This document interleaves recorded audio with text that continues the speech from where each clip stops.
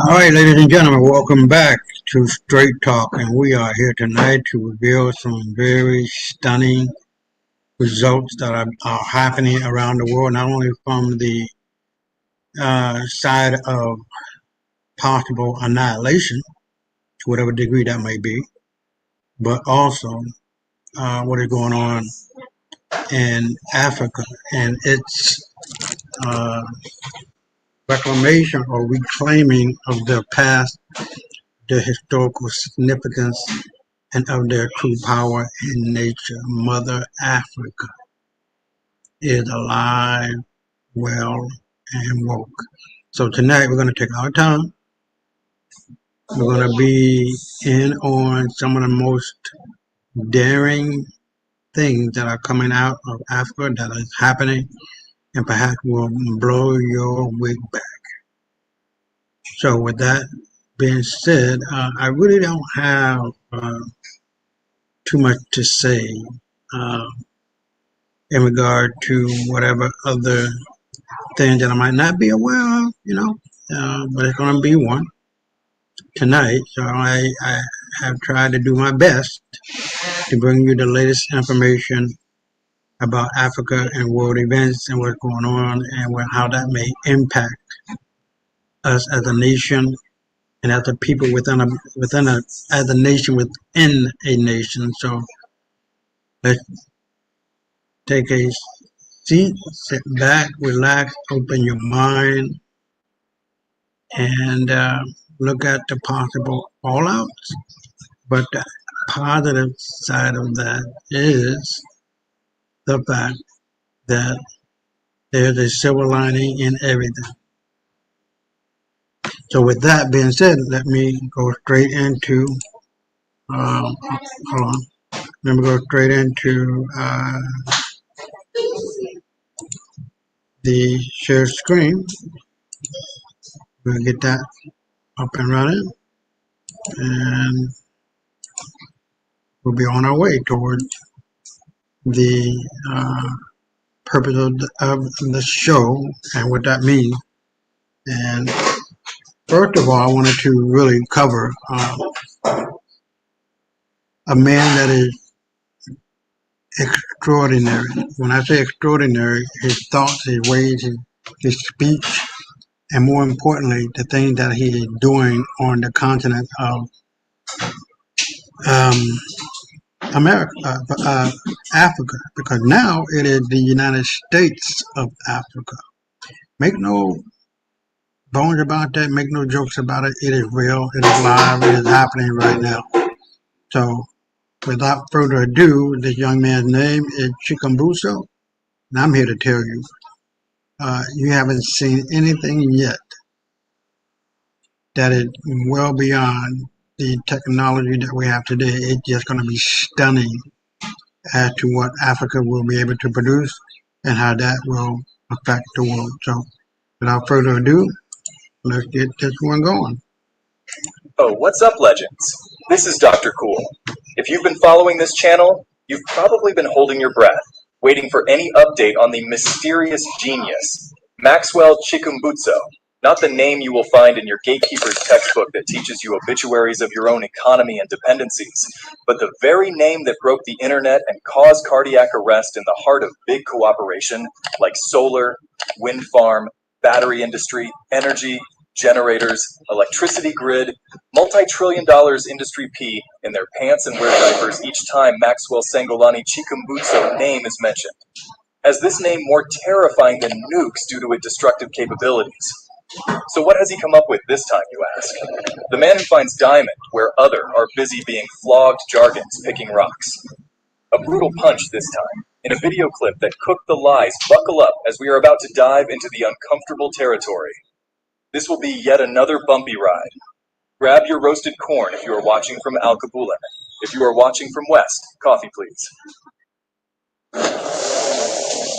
Someone like you, a die-hard fan, recently reached out and asked, Doc, is there any update on Maxwell? Is he still alive? What happened to the self-powered tech? That hit hard. So I decided it's time. Time to drop an update that'll melt every skeptic, shake the internet, and remind the world that Africa is not done yet. Far from it. We're just getting started. But before we go further, do yourself and this revolution a favor. Subscribe right now, smash that bell icon, and if you believe in black excellence and innovation that the media wants buried, hit that super thanks button. We're under fire for this, and your support keeps the flame alive. Preparing healthy meals for your family, your plastic board is feeding them something else. I never post stuff like this. While we're creating this content, let me tell you what's really going on. We're under intense attack. Not just me, this entire movement. The hate we're getting from Western tech communities is real. They're throwing shade, censorship, and digital sabotage. Why? Because the deeper we dig into Maxwell's work, the more threatened the system becomes. Let's be brutally honest. Some of Maxwell's own supporters are starting to doubt, wondering, was it all just a hoax? Is this just another African hype story? Let me stop you right there. Absolutely not. Maxwell Chikumbutso is not done. He's not folding. And he sure as hell isn't here for fanfare or the limelight. He's on stealth mode. But he's cooking. This isn't just about showing off tech. This is warfare. The kind of war where silence is more powerful than noise. And that's why we're keeping it low-key, not silent. You hear me? Disruptive tech doesn't scream. It detonates. Today, I've got something nuclear. A rare, exclusive video clip that the mainstream media has either ignored, buried, or simply didn't understand. This video is a mental reset. And if you're a skeptic watching this, buckle up. You're about to eat your own doubts. Dude. In this clip, Maxwell is using his first prototype of the self-powered electric car to power up a welding machine. Let that sink in. Not lighting a bulb, not charging a phone, he's welding. Welding machines are energy monsters. They suck power like no tomorrow. And Maxwell's car powered it with no gas, no recharge, no external battery. That alone should have been on every global front page. Are you seeing the magnitude of this? The fact that this video exists but nobody is talking about it should make your blood boil. If you're tired of hidden truths, of Africa being ignored, this is your chance to fight back. Hit subscribe, drop a comment saying Maxwell lives, and support this channel through super thanks, so we can stay online and untouchable. Because let me tell you, they're watching. They don't want this info getting out, but it's too late now. Let's rewind for a sec. Remember that Cairo trip? The one that never happened? Everyone was expecting Maxwell to showcase his tech in Egypt, but it got delayed. Here's what they won't tell you. It wasn't about readiness. It was about bureaucratic sabotage. The same twisted, red-taped web that African nations face when buying arms to fight terrorism. That's what Maxwell ran into. There are people in high places that do not want this tech unleashed. It's a threat to trillion-dollar empires. If you can power your car and your house from the same device, oil is dead. Big batteries? Done. Generators? Obsolete. Let me say this loud and clear for the people at the back. Maxwell is not giving up. He's not getting cold feet. He's not hiding. He's on a mission, and that mission is just too dangerous to play in public. Right now, he's under heavy protection, building the next generation of his self-powered innovations in a secret underground facility.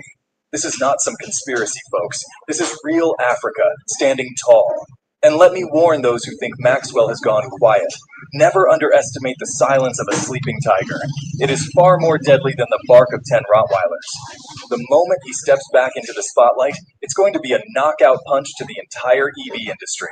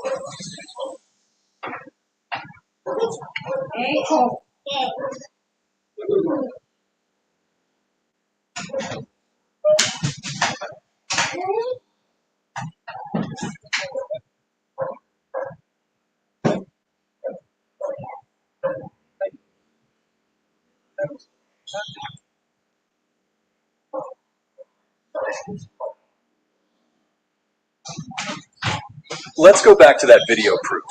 That clip you just watched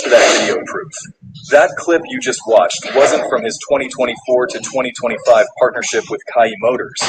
No, that was from his original prototype, his first breakthrough. Now here's what will blow your mind. In a separate clip from 2026, Maxwell clearly stated during a live unveiling, "If you have my car, you don't need a generator. You can power your home with it."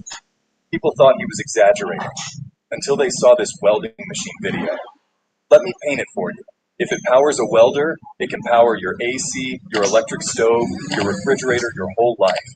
This isn't some sci-fi fantasy, it's Maxwell's reality. And like the first American peer-reviewed researcher once said, this could be the game changer that ends energy poverty in Africa. If this doesn't light a fire in your chest, I don't know what will. But here's what you can do. Support this work by subscribing now, hitting the super thanks button. Every single donation fuels more exposure and protection for Maxwell and this tech. And sharing this video like your life depends on it, because one day it just might. So what's next? Here's my promise to you. I, Dr. Cool, will be bringing more updates this August. More footage, more truth, more behind-the-scenes revelations from the shadows of innovation. But for now, know this. Maxwell Chikumbutso is not a hoax. He's a genius in exile, and his work is a silent revolution being built in the dark. When he returns, the world won't know what hit it. Stay sharp, stay tuned, stay woke. There will be more about Maxwell Chikumbutso Technologies updates in this August, so stay tuned. Stay connected to the reality.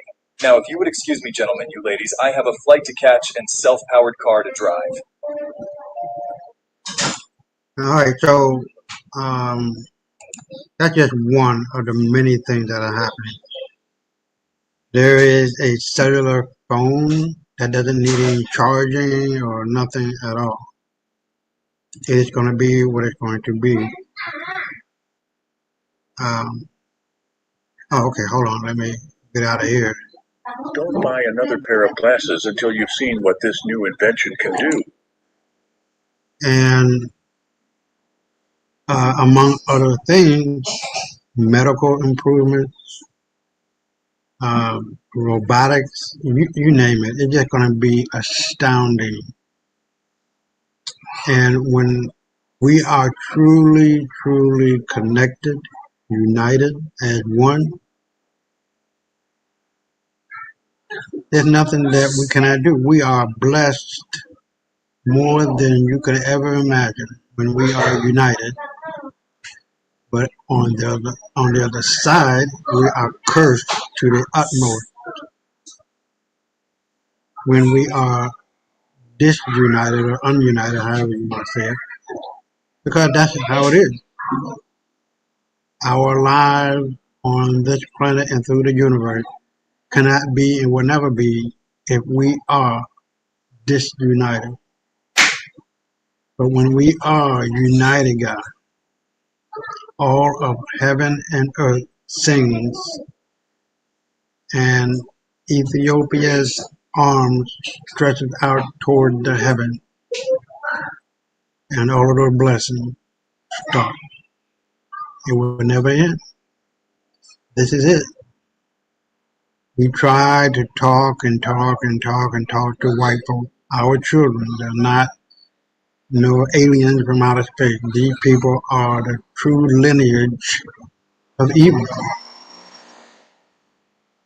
And we civilized the animals 3 times, but to no avail.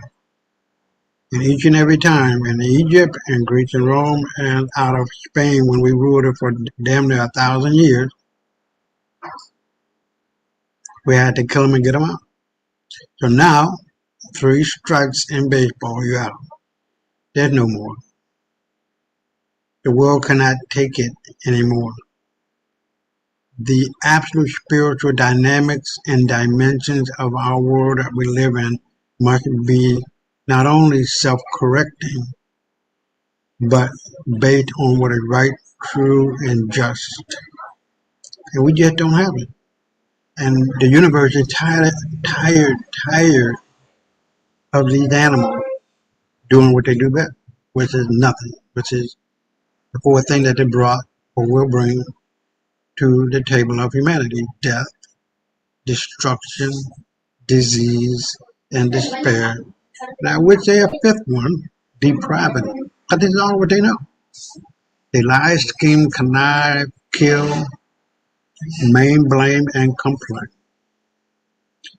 With a motherfucker that got 400-500 years head start, you mean to tell me y'all can't take advantage of that and stay ahead of the game? No, because you know why? You're not only a bunch of fucking dumbasses, but evil will always destroy itself in the end, and those who partake in it.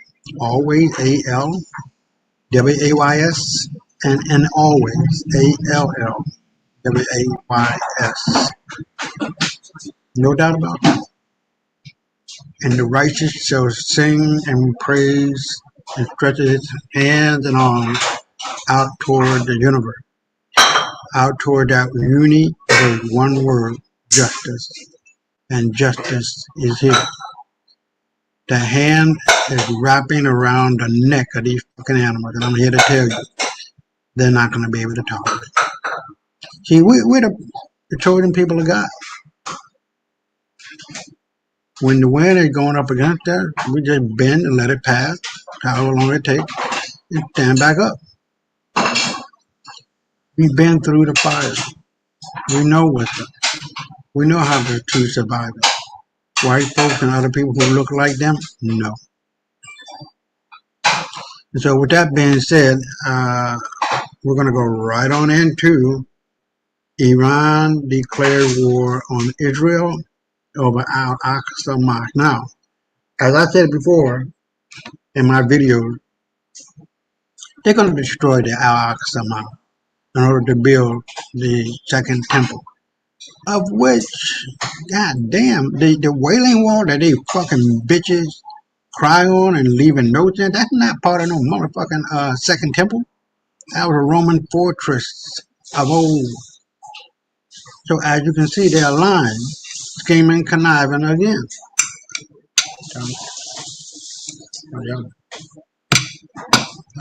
So with that being said, let's keep it moving.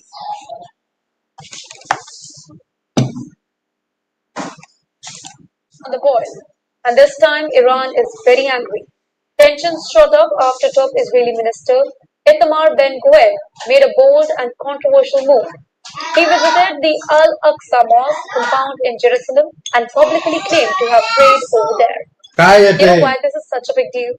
Because it violates decades of fragile agreements around one of the most sacred and sensitive sites in the world.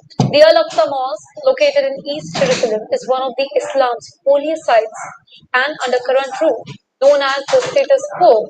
Non-Muslim prayers is strictly forbidden at the site.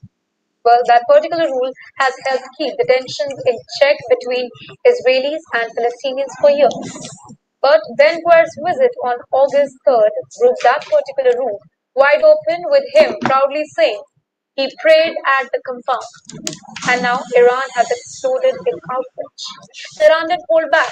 Its foreign ministry spokesperson Ismail called the visit a direct insult to Muslims worldwide and a clear violation of the United Nations resolution and a move designed to ignite chaos in the region. According to Iran, this isn't just a routine visit.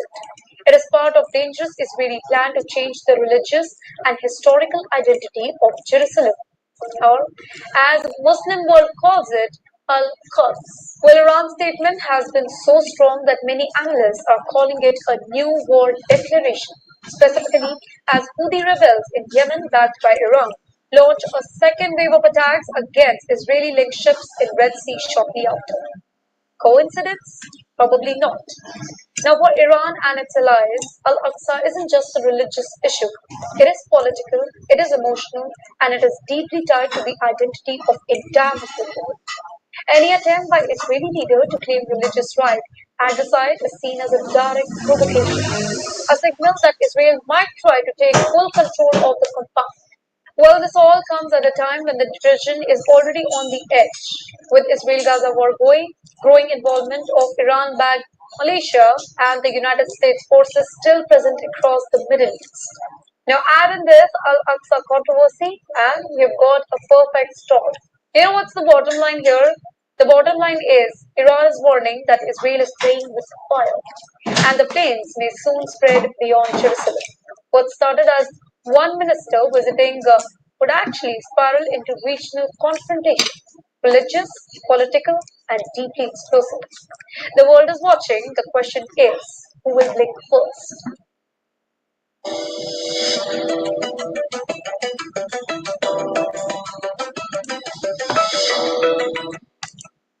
All right. So hold on. Let me get rid of that one. Now, what I am seeing right now is a injured dog barking. These are the fake Jews acting like they're Jews, knowing damn well they're not, and they're not getting their way. They're injured, they're hopeless, they're helpless, and you're going to see that tonight in this young boy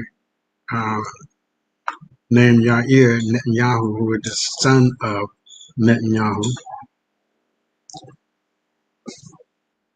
turning tail on Israel and the IDF and whatever else.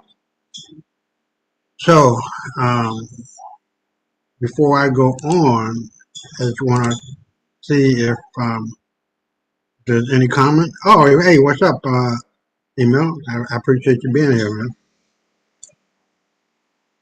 So, if you have any comment, excuse me, just let me know, and I'll stop the show, and then, I'll answer the question as much and as thoroughly as I can. But what we're going to watch now is Netanyahu's son, who has a, how you say it, who has a carte blanche, just like Trump, to not be a part of the IDF army or war. And he's avoiding that. But leaks secret army decision. And I'll be right back.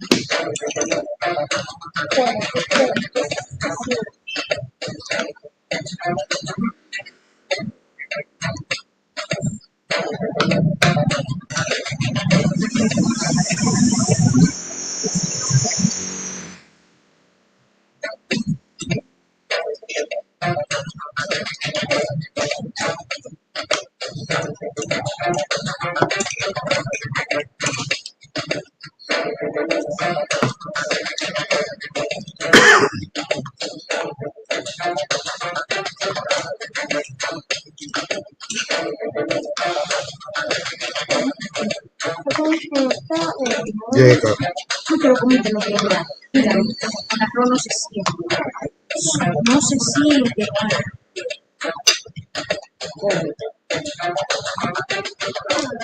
Jacob.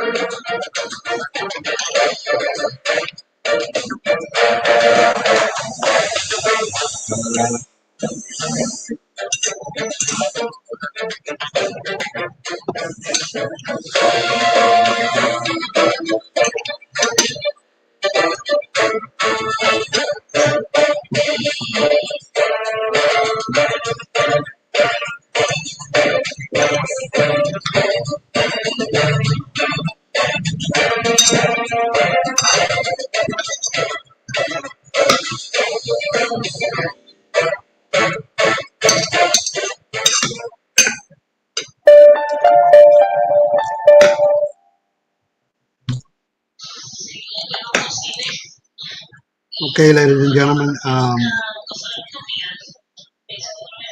there were no voice, so you had to read what was going on. So, but what we're going to do, well, what I'm going to do is really comment on it.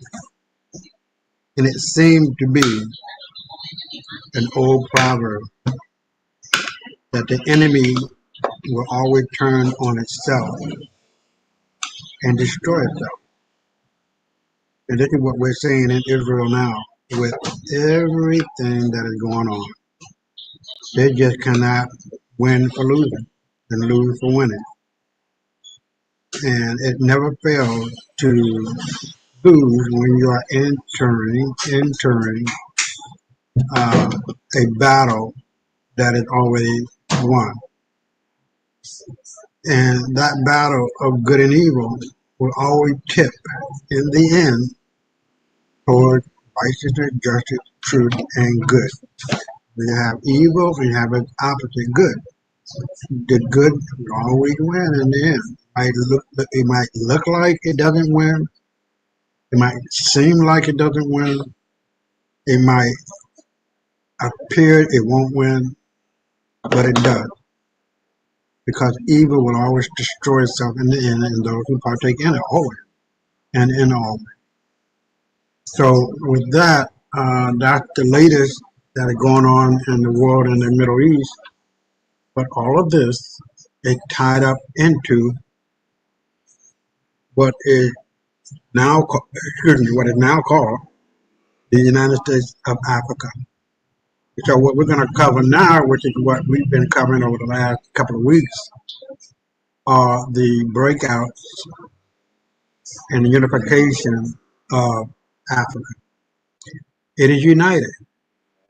Don't let the media fool you into being or believing that it's not.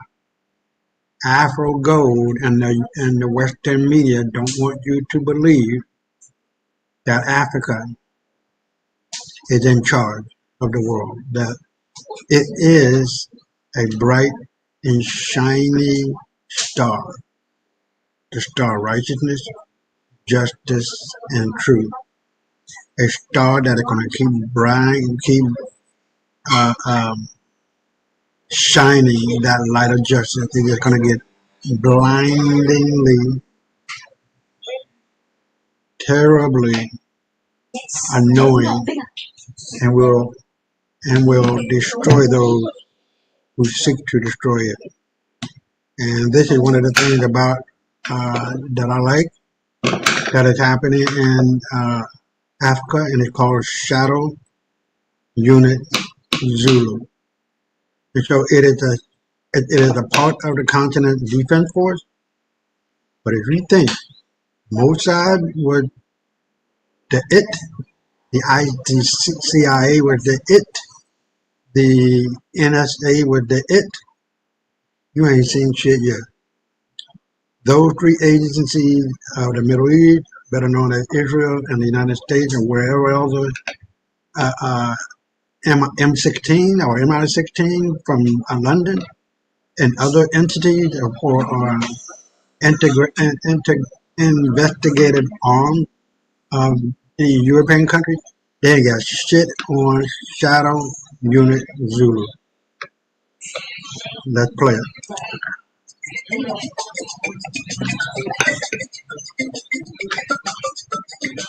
Shocking. Shadow Unit Zulu just arrested Africa's most protected billionaire. Here's why.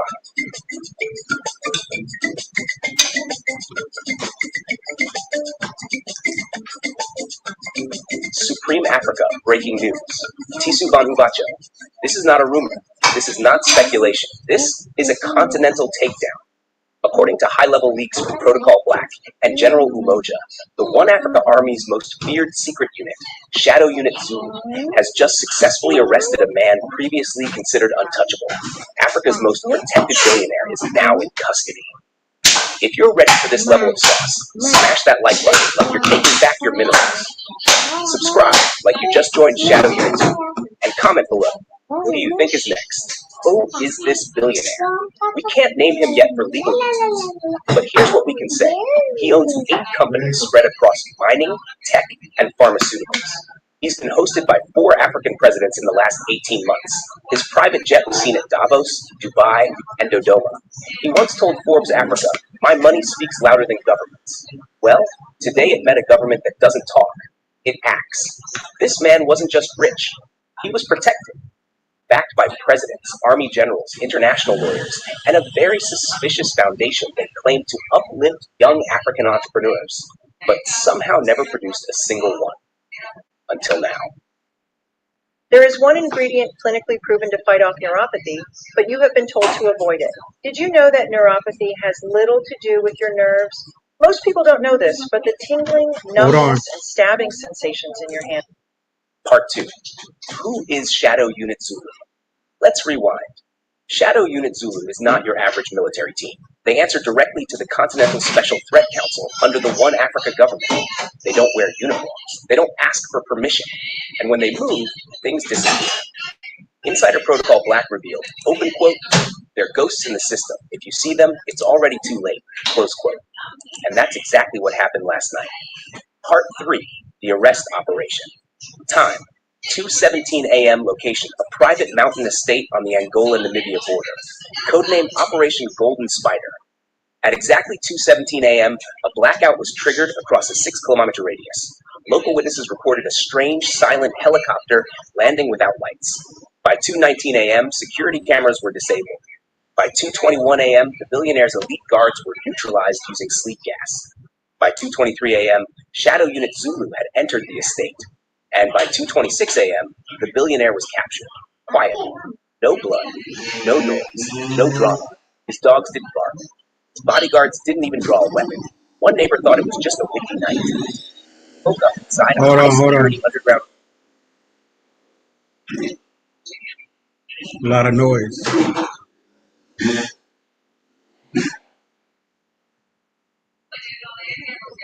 Transport cell. Destination unknown. Part 4. Why was he arrested?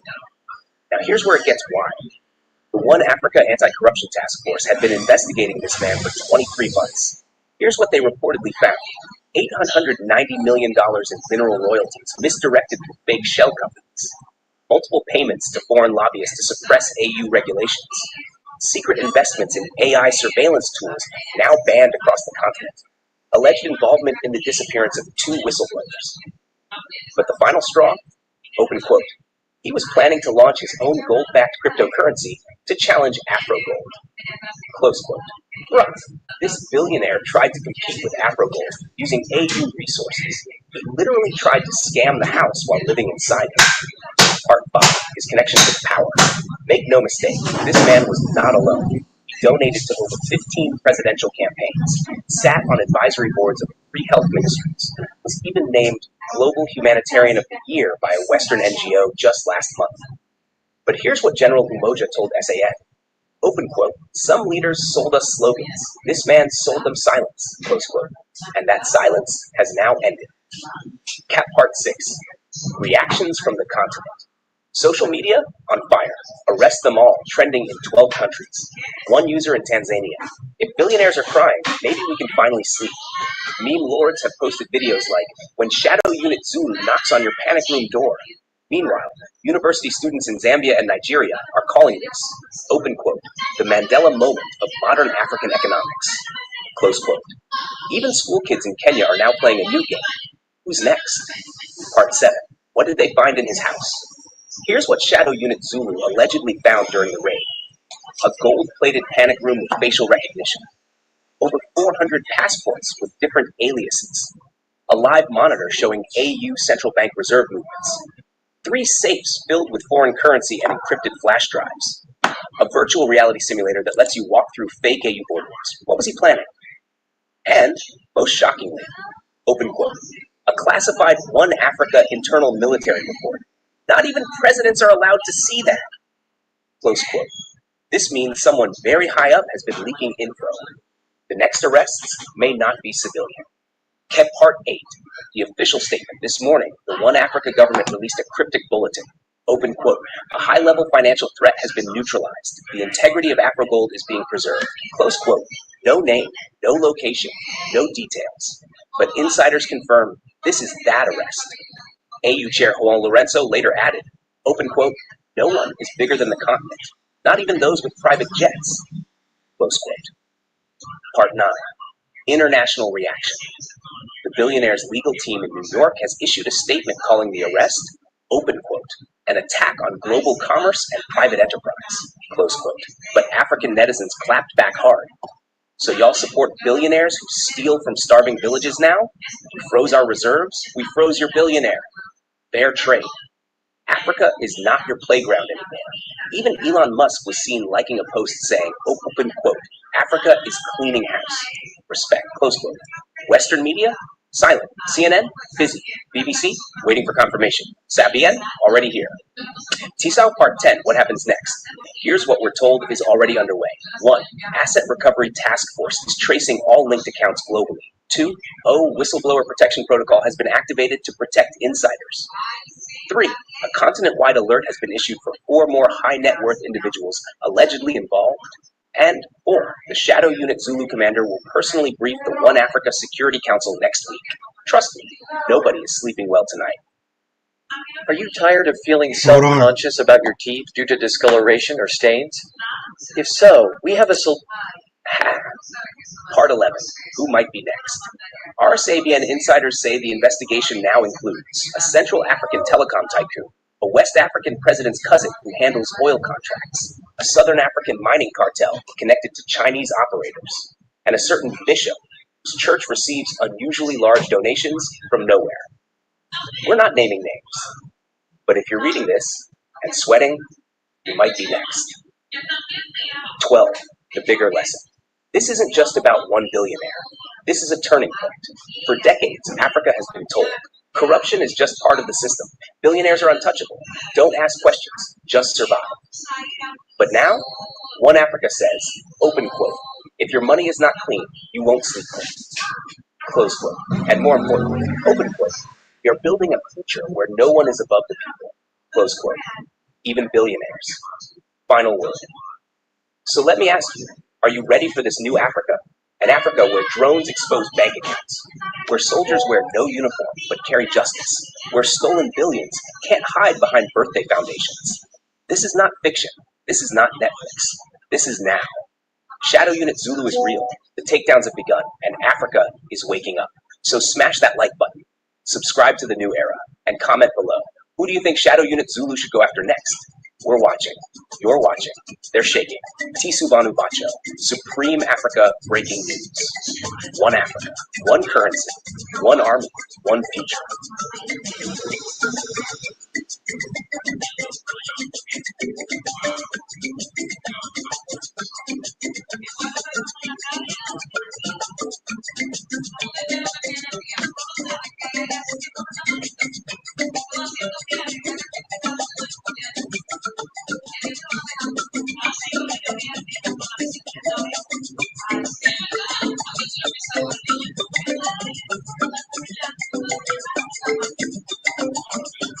All right.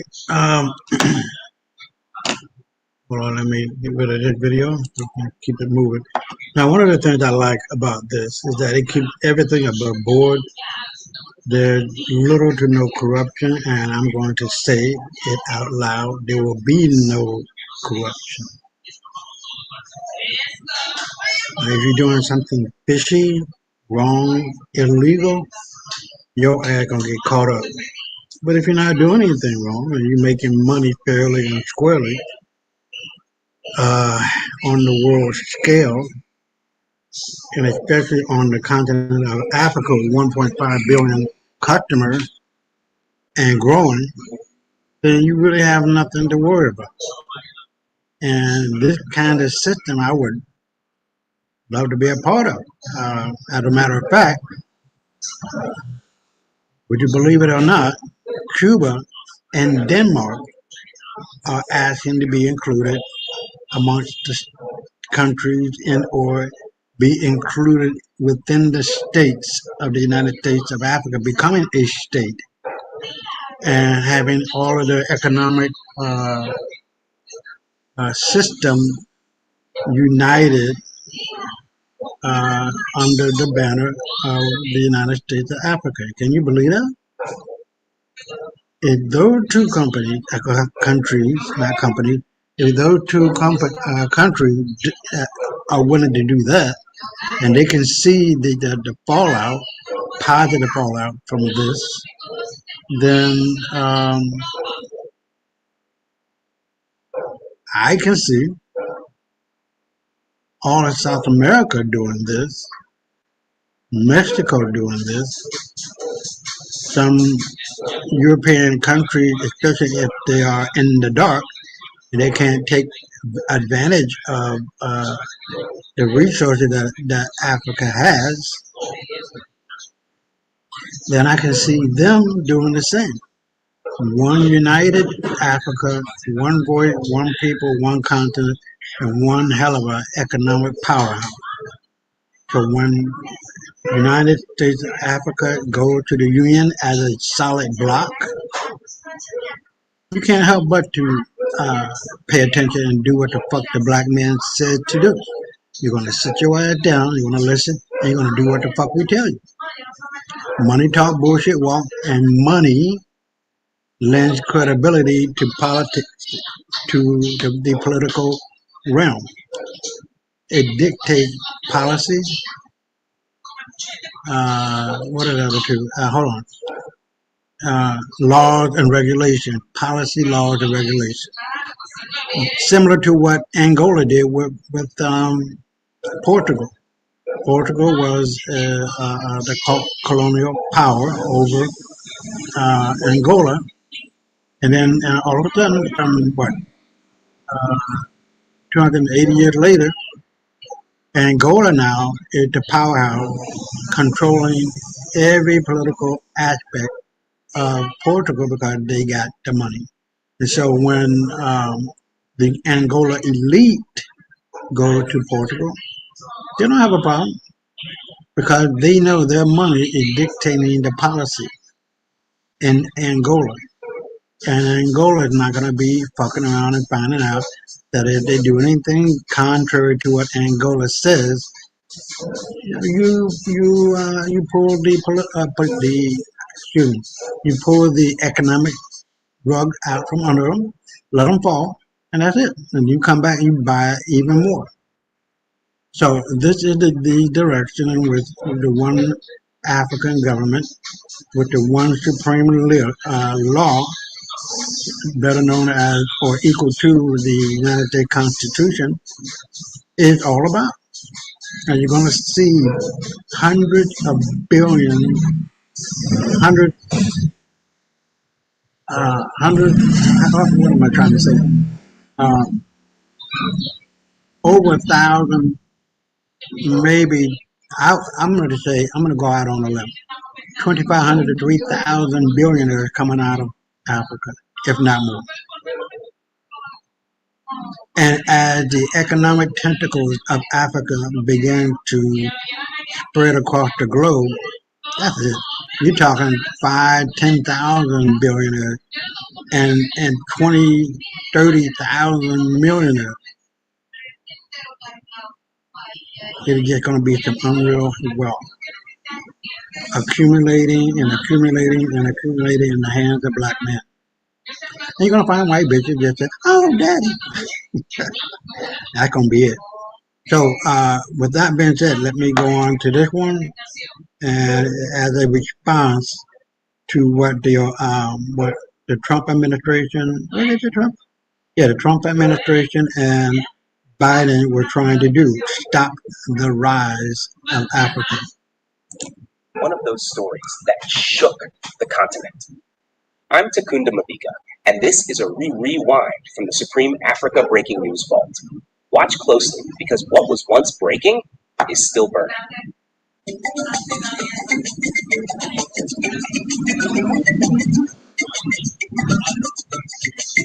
Shocking. One African government makes first move against the West.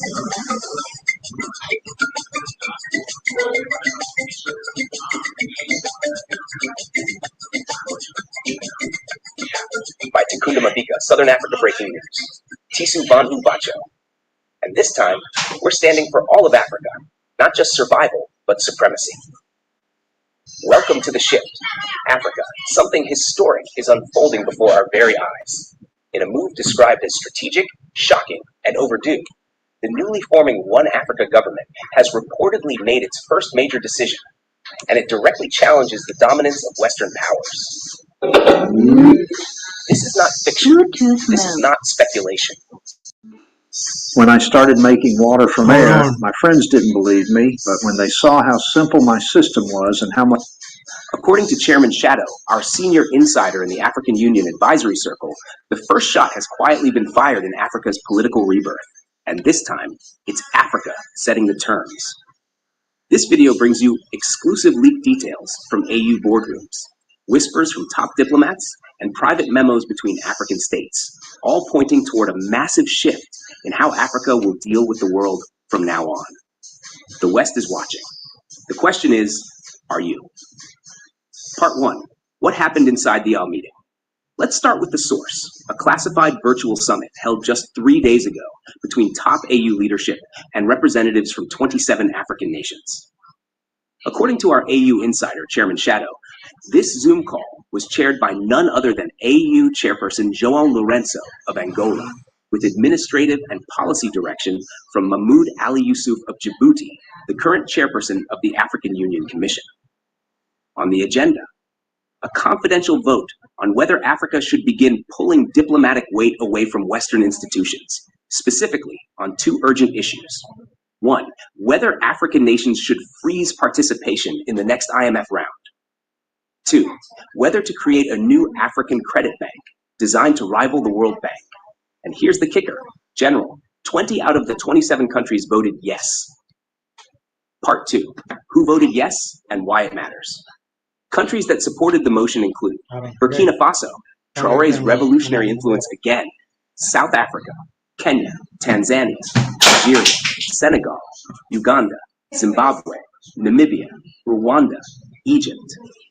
According to Mama Pan Africa, a fearless diplomat we trust deeply, these nations argued that Western institutions continue to profit from African poverty, and that it's time to redefine partnerships based on equality, not pity.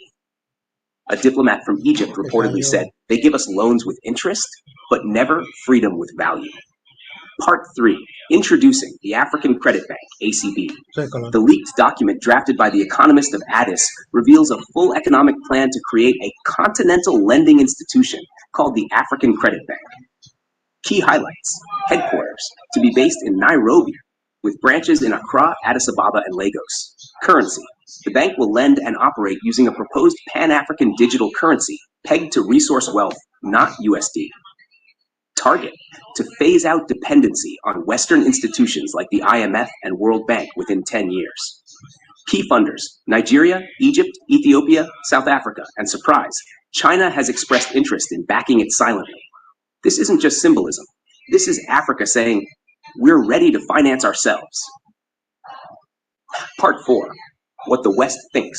According to Protocol Black, an AU technician who listens to every closed-door audio feed in the Addis server room, the West got the signal, loud and clear.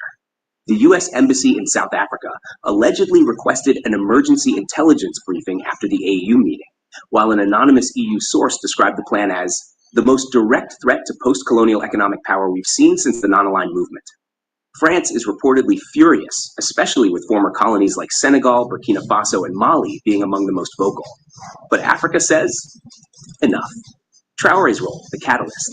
Ibrahim Traore was not the loudest in the meeting, but according to Chairman Shadow, he made the most unforgettable statement when he said, Africa will no longer be a market for their leftovers. We will now be the kitchen. That moment shook the virtual table. Even South Africa's delegates paused. Botswana's usually reserved diplomat reportedly stood up and clapped. The revolution is real, and Traore's voice continues to be its thunder. Part 6. Youth movement backing the shift.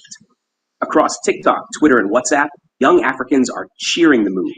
In Ghana, a university student protest held signs saying, "One Africa, no chains." In Nigeria, a viral video showed young software developers creating mock-up apps for the African Credit Bank. In Zimbabwe, war veterans are openly supporting the decision to reduce IMF reliance. We're not just seeing political change, we're witnessing continental awakening. Part 7. Why Africa is stronger together. Let's talk facts. Africa has 60% of the world's uncultivated arable land. Africa controls 90% of global platinum, 70% of coltan, and 40% of gold reserves. The continent is the youngest on Earth, with 70% of its population under 30. And yet, we've been borrowing from old men and old buildings in Washington and Brussels? No more. With the One Africa government, resource-backed decisions will now be made by Africans, for Africans. Part 8. Is this anti-Western? No, this is pro-Africa. Let me make this very clear. This is not anti-West. This is pro-Africa. Africa is not isolating itself. It's asserting itself. We will still trade, still partner, still build. But no more blind loyalty to systems that don't serve us. That's over. Even Chairman Shadow confirmed it. We are not burning bridges. We are building new highways. And this time, we are the engineers. Part 9. What comes next? Next week, the African Union Parliament in Pretoria is scheduled to vote on whether to make the African Credit Bank official AU policy. If passed, each country will be required to contribute 0.4% of GDP towards startup funds. Countries will gradually reduce IMF and World Bank exposure over 5 years. AU financial education programs will launch continent-wide in schools and universities. This is Africa writing its own playbook. Part 10. American reactions. We even spoke to some African Americans and Pan-African thinkers in the US. One said, "I've waited my whole life to see Africa stand up like this. I don't care who leads, as long as it's us." Hold on.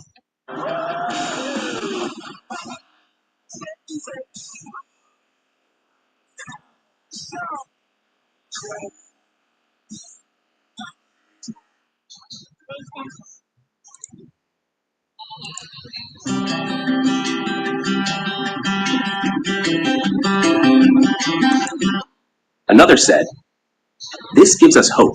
Maybe one day we'll come home to a continent that finally owns its future." Part 11. Global media coverage. BBC called it the boldest African maneuver in modern history. Al Jazeera, Africa sends a message the world can't ignore. CNN, silent. Reuters, confused. And African media, on fire. Sabien is here for it. Part 12. The vision that changes everything. Imagine this. A child born today in Africa grows up to study in any country across the continent. Starts a business with access to 1 billion people. No border fees. gets funding from an African bank, travels on an African passport, votes for a rotating president who actually understands their struggle. That's not a dream anymore. That's a decision. This is not just a video. This is a moment.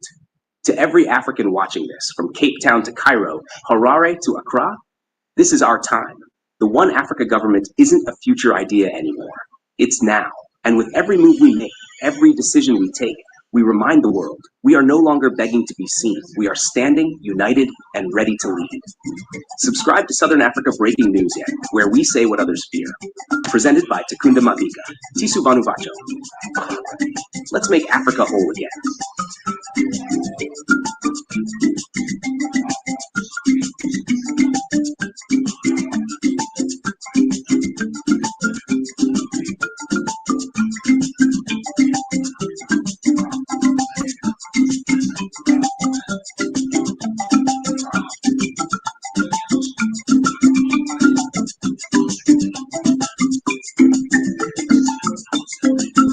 All right.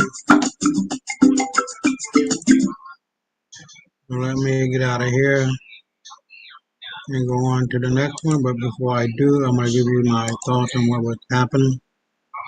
So, this is critical, you guys. And I cannot even fathom that Africa goes back to how it was. Being colonized, being pissed on, shitted on, being told you're nothing.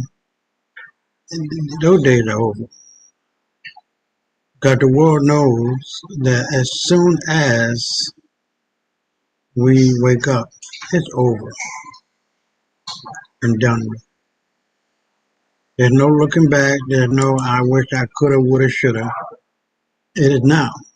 And Africa has had it full or filled of bullshit.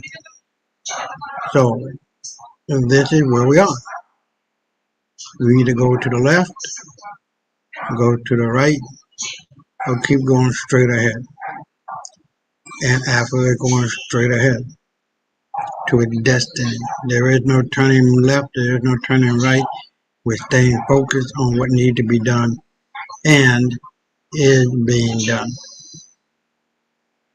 So with that, let me continue on and we'll be right back.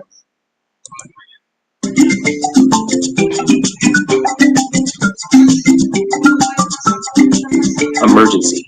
USA just froze Afro Gold reserves. One Africa responds by Takunda Mabika.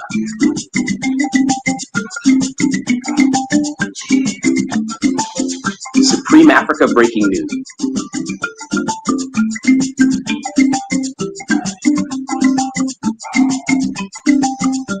Tisu Vanuvacho, you are not dreaming. America has just launched its boldest attack yet on the One Africa government's financial future. According to insider leaks, U.S. authorities have officially frozen AU-linked Afrogold reserves, citing suspicions of corruption and money laundering. But here's the twist. Those reserves, they were never stolen. They were the foundation of a new future. So smash that like button like you're unfollowing colonialism.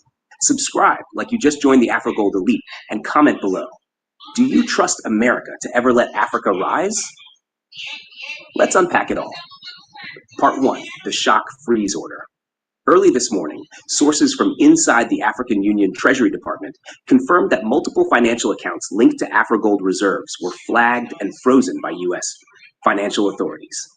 These reserves include raw gold stored in American vaults pending currency conversion, cash reserves from AU-affiliated accounts meant to stabilize Afrogold at launch, mineral-backed bonds held by international investment custodians. The official U.S. explanation? Open quote, concerns of corruption, money laundering, and lack of compliance with international transparency standards. Close quote. Unofficial translation? There's no foot fungus that can resist this homemade mixture. I'm amazed that my stubborn toe fungus had nothing to do with my... Open quote, we see you rising, and we're scared. Close quote. Part 2, where is the money? Afrogold is not a dream. It's already partially active in AU trial regions. To back it, the African Union created a reserve structure consisting of vaulted raw gold from Ghana, South Africa, and Sudan, profits from resource sales, oil, lithium, cobalt, foreign-held accounts in Switzerland, the US, and UAE. America just touched the reserves held in its territory. An estimated $3.8 billion is now inaccessible. 3. Who froze it and why? According to our Washington-based insider, Diplomatic Ghost, this was not done by the White House directly. It came through the U.S. Department of the Treasury's Office of Foreign Assets Control, OFAC, with backing from congressional hawks. They claim the African Union has failed to prove the origin of some deposits, justify large gold shipments made through diplomatic channels, disclose full AU governance and spending frameworks. In other words, the One Africa government is being punished for trying to build a new world, their own way. Part 4. The One Africa Response. U Chair João Lourenço called for an emergency midnight session. Insider protocol, Black leaked key statements made during the closed-door Zoom meeting. Open quote, if they can freeze what's ours, then we can freeze their presence on our land. Close quote. Open quote, let us begin immediate acceleration of the Africa Vault Initiative. Close quote. Open quote. The United States has just confirmed they are not partners. Close quote. Within hours, the AfroGold Central Protection Directive was activated. AU countries began transferring foreign-held reserves back to African vaults. The Afrinet communication system issued internal alerts to member states. They are not waiting. Africa is moving. Part 5, the underground replacement. The AU has already planned for this day. In 2024, they secretly launched the African Continental Vault Network, ACVN, a secure network of underground storage facilities across Addis Ababa, Kinshasa, Pretoria, Bamako. These sites now store over 65% of AfroGold's physical assets. What America froze? Only the tip of the spear. One Africa government is now calling on all member states to finalize repatriation of all offshore assets. Part 6, citizens respond, and it's personal. Across the continent, citizens are erupting in fury. In Nairobi, protesters marched outside the U.S. embassy with signs reading, open quote, you can't freeze our future. Gold is ours. Keep your cold hands off. Close quote. In Lagos, social media influencer Tumi ZX tweeted, open quote, America froze our reserves? Then let's freeze Hollywood until they apologize. Unfollow colonialism. Close quote. Even music artists are now releasing freestyle diss tracks. Open quote. You freeze my gold, but you still want my oil? You fear a black dollar, but want a black soul? Close quote. AfroGold has become the new Pan-African anthem. Part 7, the bigger game, currency war. Make no mistake, this is not just about gold. This is about currency power. By launching AfroGold, Africa declared financial independence from the US dollar, euro-dominated trade structures, swift payment gatekeeping. This freeze is America's way of saying, open quote, don't leave our table. Close quote. But the response from One Africa Central Bank? Open quote. We're building our own table, and it's made of gold. Close quote. Part 8. China, Russia, and the countermove. China and Russia have remained quiet, officially. But according to the economist of Addis, China has offered emergency bullion exchange partnerships, allowing AfroGold to liquidate assets through Shanghai vaults. Russia, meanwhile, is offering military satellite surveillance of African gold convoys to protect them from sabotage. In simple terms, the East is waiting to help Africa escape the West. Part 9. Where does this leave France and UK? France and the UK are now panicking. If AfroGold becomes the dominant currency in Africa, France loses control over West African CFA-linked economies. The UK loses financial leverage in SADC regions. Already, 8 Francophone countries have begun removing the CFA from their national reserves in favor of AfroGold. Part 10, the power of reserves. Most people don't know this. Money is just belief backed by reserves. The more gold, minerals, and secured value Africa keeps, the more the world must respect AfroGold. By freezing Africa's reserves, the US has triggered the final awakening. Open quote. If they fear it, it means we own it. Close quote. Part 11, the plan from here. Chairman Shadow has revealed the AU is taking 3 emergency steps. 1, immediate creation of the Continental Reserve Defense Council to monitor and relocate sensitive assets. 2, development of the AfroGold conversion app, allowing citizens to exchange currencies in real time. 3, legal appeal at the International Monetary Fund Tribunal. though insiders admit it's just for record purposes. Because Africa is not asking for help, they're demanding respect. Part 12, the final word. So let me ask you, if they freeze your gold, do you freeze your dreams? Or do you do what Africa just did? Build vaults, unite nations, and say, enough. Tisu Banhu Vacho. We are the people. We are the reserve. We are the future. Smash that like button. Subscribe. Drop a comment. Would you trust the U.S. to hold your dreams? Supreme Africa breaking news. One Africa, one currency, one army, one vault, one future.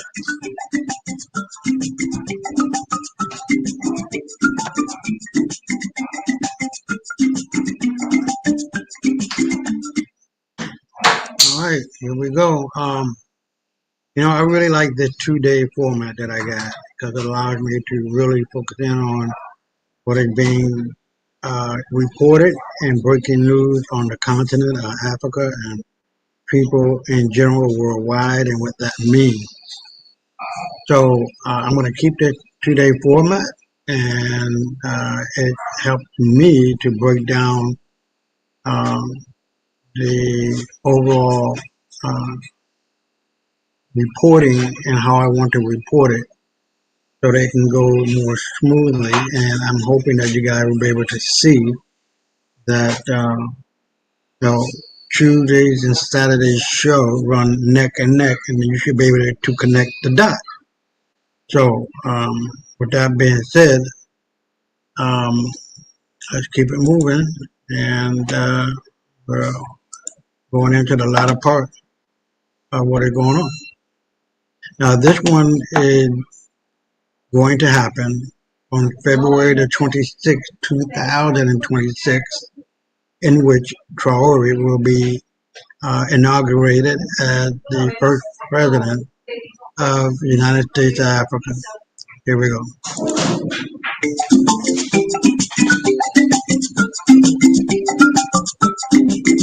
Confirmed, being groomed to lead entire Africa, AU's master plan?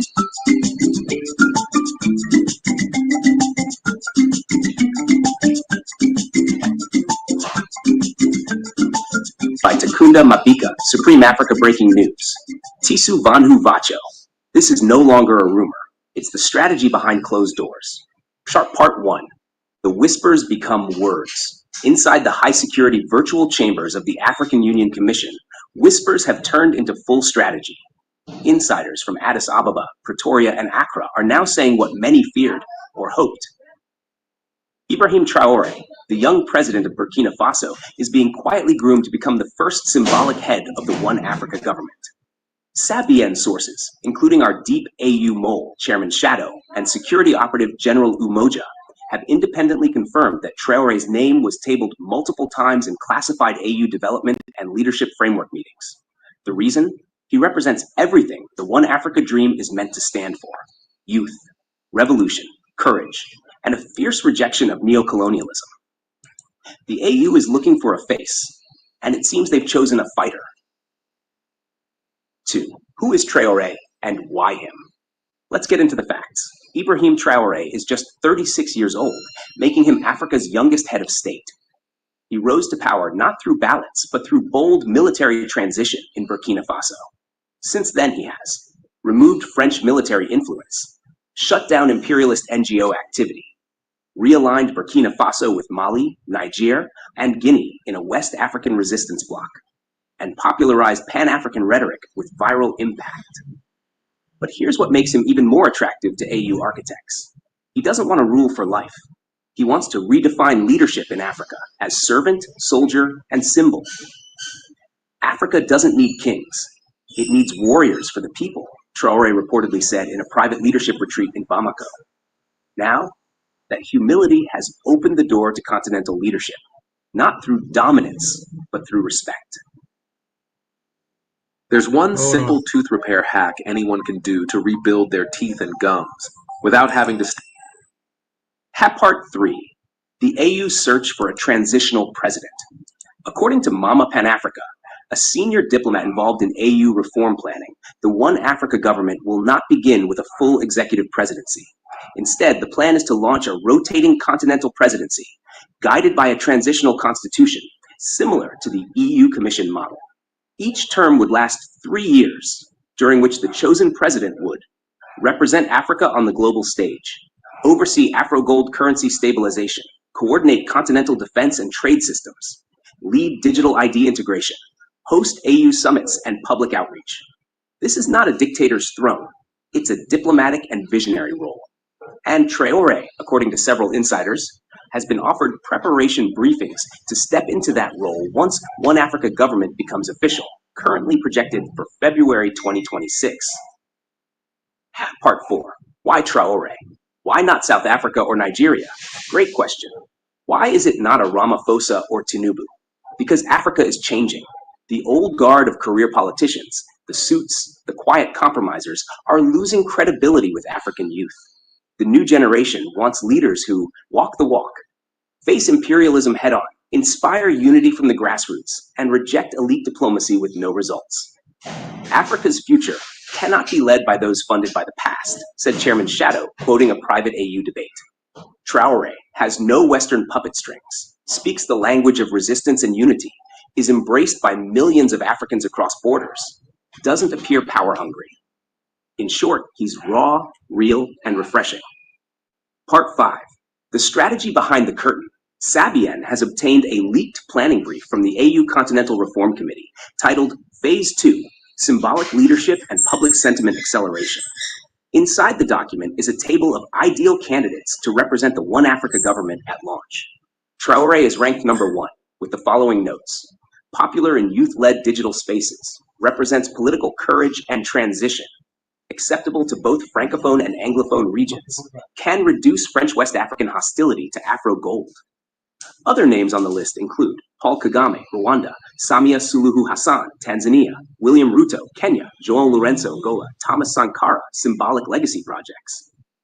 But it's Traoré who ticks every strategic box: revolution, popularity, anti-colonial spirit, and crucially, a short leadership history with no major scandals. The AU wants a clean face, and they believe Traoré is that face. Part 6. Traoré's own words. Is he ready? In a private meeting in Ouagadougou last month, Traoré reportedly told close advisors, "If Africa needs me to serve, I will, but I will not become the thing I fought to remove." This kind of language has shocked even his critics. Unlike many African leaders who thirst for third terms or constitutional changes, Traoré doesn't seem addicted to power. Instead, he speaks of rotational leadership, continental military unity, African self-reliance, strategic independence from Europe and China alike. We must stop begging. We must start building. These are not just slogans. They are shaping a new African identity, bold, unapologetic, sovereign. And this is what the AU sees as crucial for the symbolic launch of One Africa government. Part 7. How his name became unavoidable. Over the past year, Traoré's profile has exploded across Twitter's ex-Pan-African pages, WhatsApp forums, TikTok Pan-African content creators, and AU youth summits. In fact, in the most recent Africa's Most Trusted Young Leaders online poll, Traoré ranked number 1 above Nelson Chamisa and Julius Malema. He is especially loved by African military students, revolutionary Pan-African movements, feminist Pan-African academics, African Muslims who admire his modesty and Islamic solidarity, even rural communities that see him as Sankara reborn. The AU cannot ignore this momentum. You don't choose the wave, said the economist of Addis to Sabien, you ride it. And right now, Traoré is the wave. Part 8. Global reactions. Mixed signals. Western diplomats are not pleased. France has reportedly raised concerns over Traoré's inclusion, citing security inconsistencies and governance gaps. The US has remained silent, but leaked diplomatic cables show strong preference for business-friendly technocrats instead of revolutionary figures. China, on the other hand, is neutral but curious, seeing Traoré as a possible stabilizing force for African manufacturing zones. Why did you cancel your Midjourney subscription? I found this hidden AI that does everything I want for a one-time cost. The most unexpected reaction? Russia. Sources in Moscow suggest the Kremlin welcomes Traoré, viewing him as a natural counterbalance to French interference in West Africa. In short, Traoré's name is now global, and it makes people nervous. Part 9. African Voices. What the People Say. Sabin interviewed citizens in Burkina Faso, Kenya, South Africa, Nigeria, Ghana, and Zimbabwe. Here's what some of them said. He's young. He's bold. He reminds me of Mandela, if Mandela had a TikTok. Lerato, Johannesburg. Let him lead. I'm tired of recycled politicians. We need someone with fire. Kojo, Accra. If he doesn't bow to foreign pressure, I'll support him. But I need results. We need someone not linked to ZANU-PF or ANC. He's fresh. He has my vote. Tariro Harare. The Pan-African hunger for new blood is real. And Traore represents more than a man. He represents a mood. Part 10. Will he accept the mission? So now, the biggest question. Will Traore say yes? Sources close to his administration say, he is considering it. He wants a clear transition plan. He will not abandon Burkina Faso without guarantees of democratic progression. He demands full public support before he takes any continental role. Sabin understands that the AU is preparing a People's Mandate tour, where top candidates will travel to at least 10 countries to engage directly with citizens. Traore is expected to begin this journey by early 2026, shortly after the AfroGold launch and the AU Presidential Summit. If all goes according to plan, Ibrahim Traore may be sworn in as the first head of One Africa government before the end of 2026. Takunda's final word. This moment is historic. Never before has Africa stood this close to one government, one passport, one currency, one voice. And the face of that unity might just be a 36-year-old from Burkina Faso with a vision, a uniform, and a belief that Africa can stand on her own feet. But here's the question. Will we follow a leader? Or will we build a system that outlives any one man? Traore is not a savior. He's a symbol.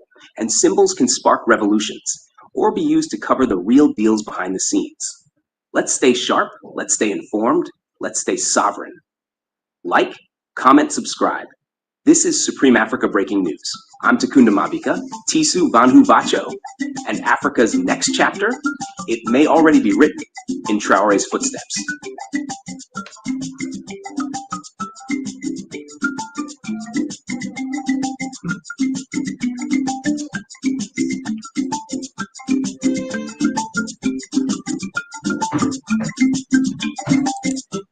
All right, we are on our way, guys.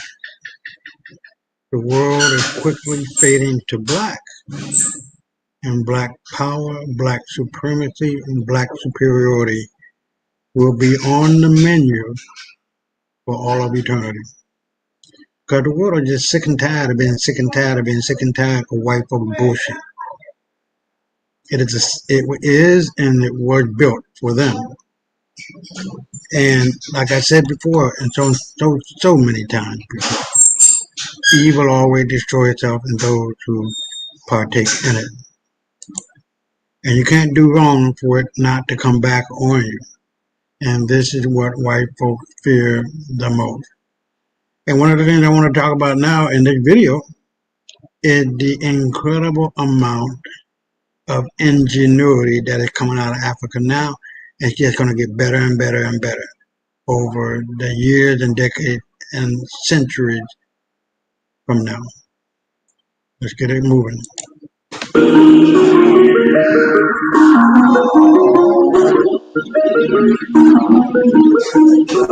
Maxwell Sangolani Chikumbutso is back, and this time he's making us an offer we can never reject. Hi everyone, Maxwell Sangolani Chikumbutso here. Thank you for the concern, the love and support that you always show me. I just wanted to clear the rumors that I'm missing. I'm nowhere to be found. I'm very much alive, as you can see. Is this Zimbabwean inventor turning the tables like a tech godfather, flipping the script on the global energy mafia? Just months ago, he sent shockwaves through the world with a jaw-dropping announcement. A Zimbabwe to Cairo drive in his Scythe electric vehicle, powered by his revolutionary microsonic energy device, ERCOT, that could travel thousands of kilometers without a drop of fuel, a single charge, or even a pit stop. But then, in the heat of anticipation, Maxwell pulled a Houdini and vanished. Poof, gone, no trace, no explanation. What happened? Was he silenced? Was he in danger? Stick around, because you won't believe what he's returned with. And we're spilling all the exclusive goodies at the end of this video, so don't you dare click away. Here at Techniverse, we've been glued to Maxwell's journey tracking every twist and turn of his wild saga. When he went offline, our hearts sank. We flooded Sath Technologies' contacts with messages, DMs, emails, you name it. Silence, nada, zilch. The internet was buzzing with worry. Fans feared for his safety. Was he targeted again? His tech, after all, threatens trillion-dollar energy giants who'd do anything to keep their grip on oil and gas. This wasn't just a disappearance, it was a cliffhanger. That left us all holding our breath. Where was Maxwell? Was he even alive? The stakes couldn't be higher, and the drama was about to explode. Hold on.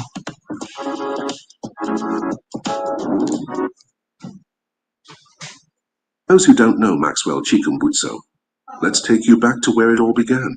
Picture Harare 2015, a 34-year-old self-taught inventor who dropped out of Jivara Sekwa Tatu High School at 14, steps into the spotlight at Sath Technologies Open Day in Bluff Hill Industrial Park.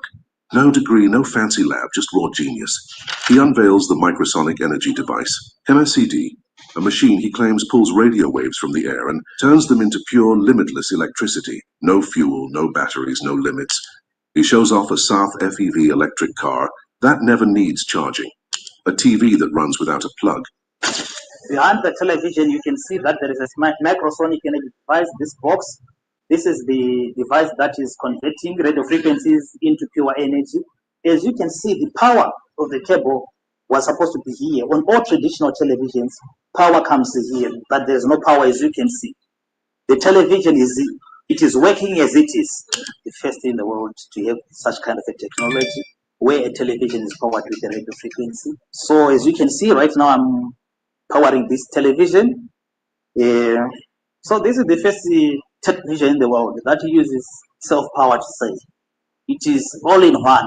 You don't need to put it on electricity or on solar panel or anything. As it is a complete solution. A drone that defies storms, and a two-seater helicopter that barely sips fuel. South Africa's SABC News is there, jaws on the floor.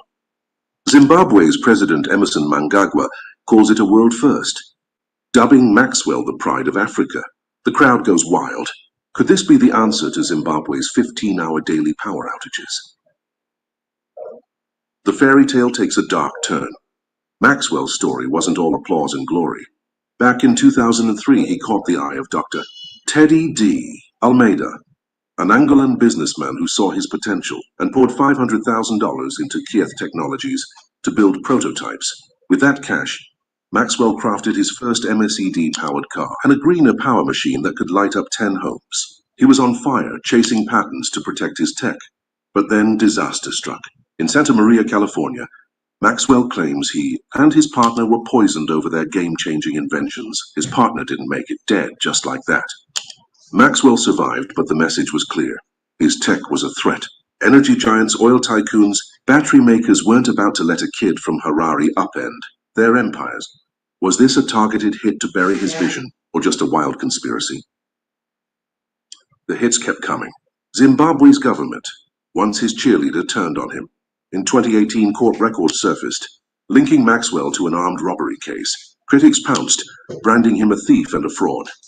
Hopewell Chinono, a top Zimbabwean journalist, did a reverse image search and dropped a bombshell. That's Sath FEV. It's just a Kaiyi X3 Pro EV from China, available for $18.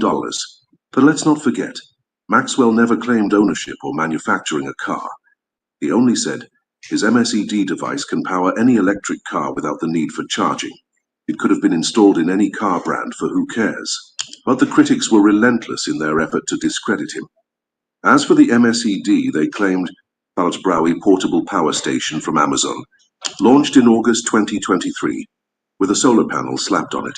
Ex-users went feral, mocking Maxwell as a con man who fooled the president at State House. One post challenged him to drive his perpetual energy car from Notare to Victoria Falls to prove it. Another screamed, laws of physics can't be broken.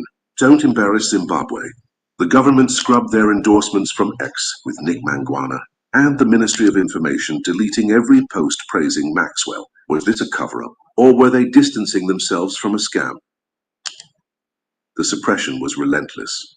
Maxwell tried patenting his MSED in 2007, but the patent office shot him down, saying it violated the laws of thermodynamics. Energy can't be created from nothing. Scientists scoffed, calling his claims utter bullshit on Reddit's r/Zimbabwe, with one nuclear engineer explaining that amplifying radio waves to power a car would require massive antennas and could cook anyone nearby. Maxwell's lack of formal education didn't help.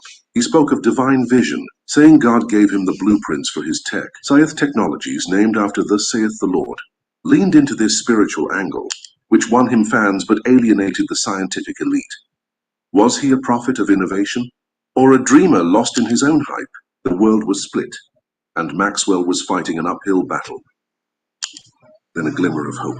In 2018, Foster Gamble, the mastermind behind the Thrive documentary series, heard about Maxwell's work.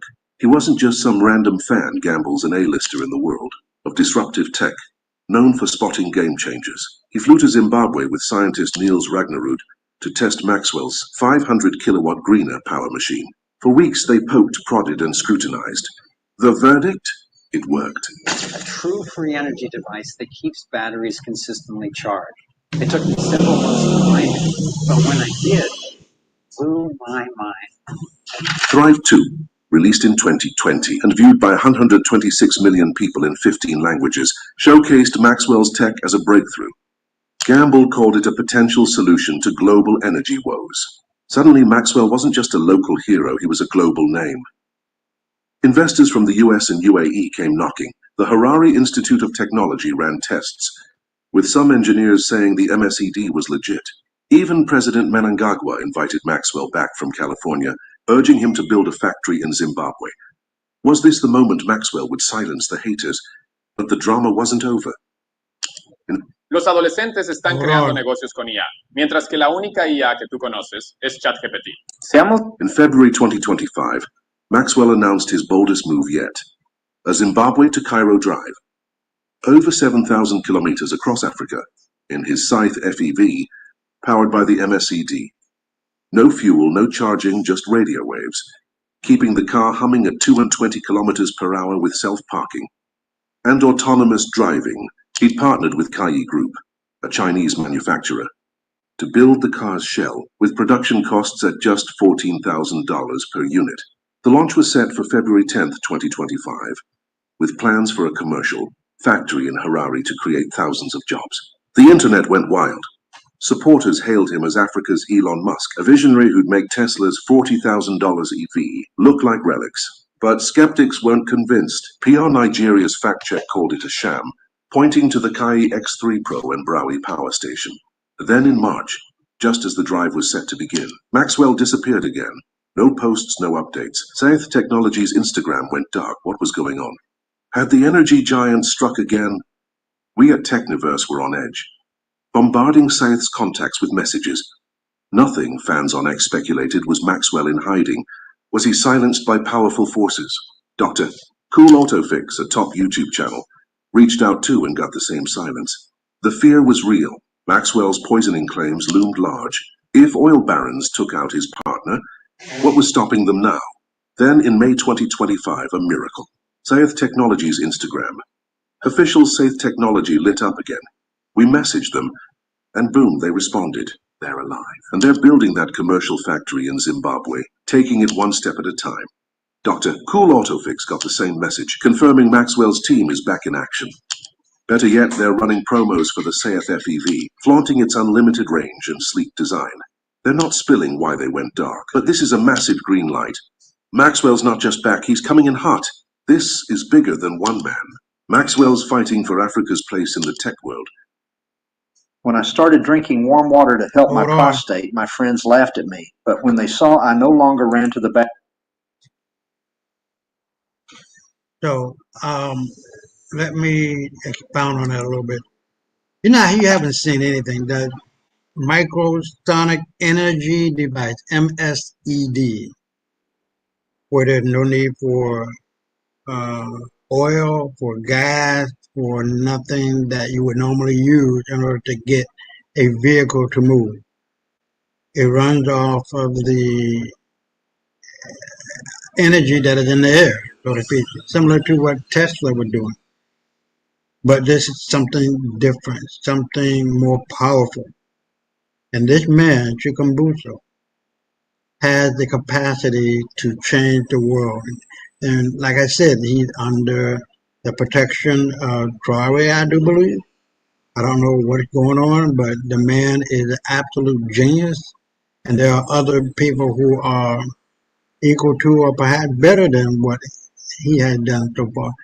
But it's not who is better, but how can Africa as a whole use the ingenuity that is natural to the continent and to black people across the globe.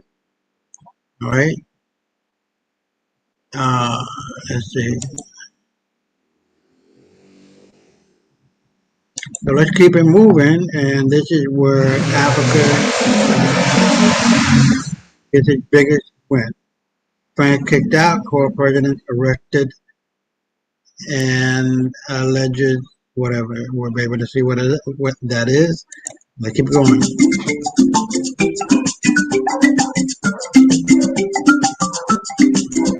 Breaking. Africa's biggest win. France kicked out. 12 presidents under investigation.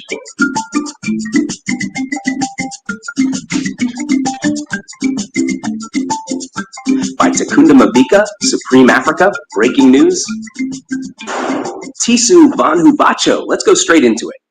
France has just been kicked out of a key African military base, and sources now confirm that 12 African presidents are officially under investigation by the One Africa Anti-Corruption Task Force.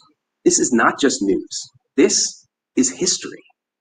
Smash that like button like you're kicking out colonizers, subscribe like you're joining the Afro-Gold economy, and comment below. Are you ready for clean leadership, or are you still vibing with the tenderpreneur life? Part 1. The day France got kicked out. It happened this morning.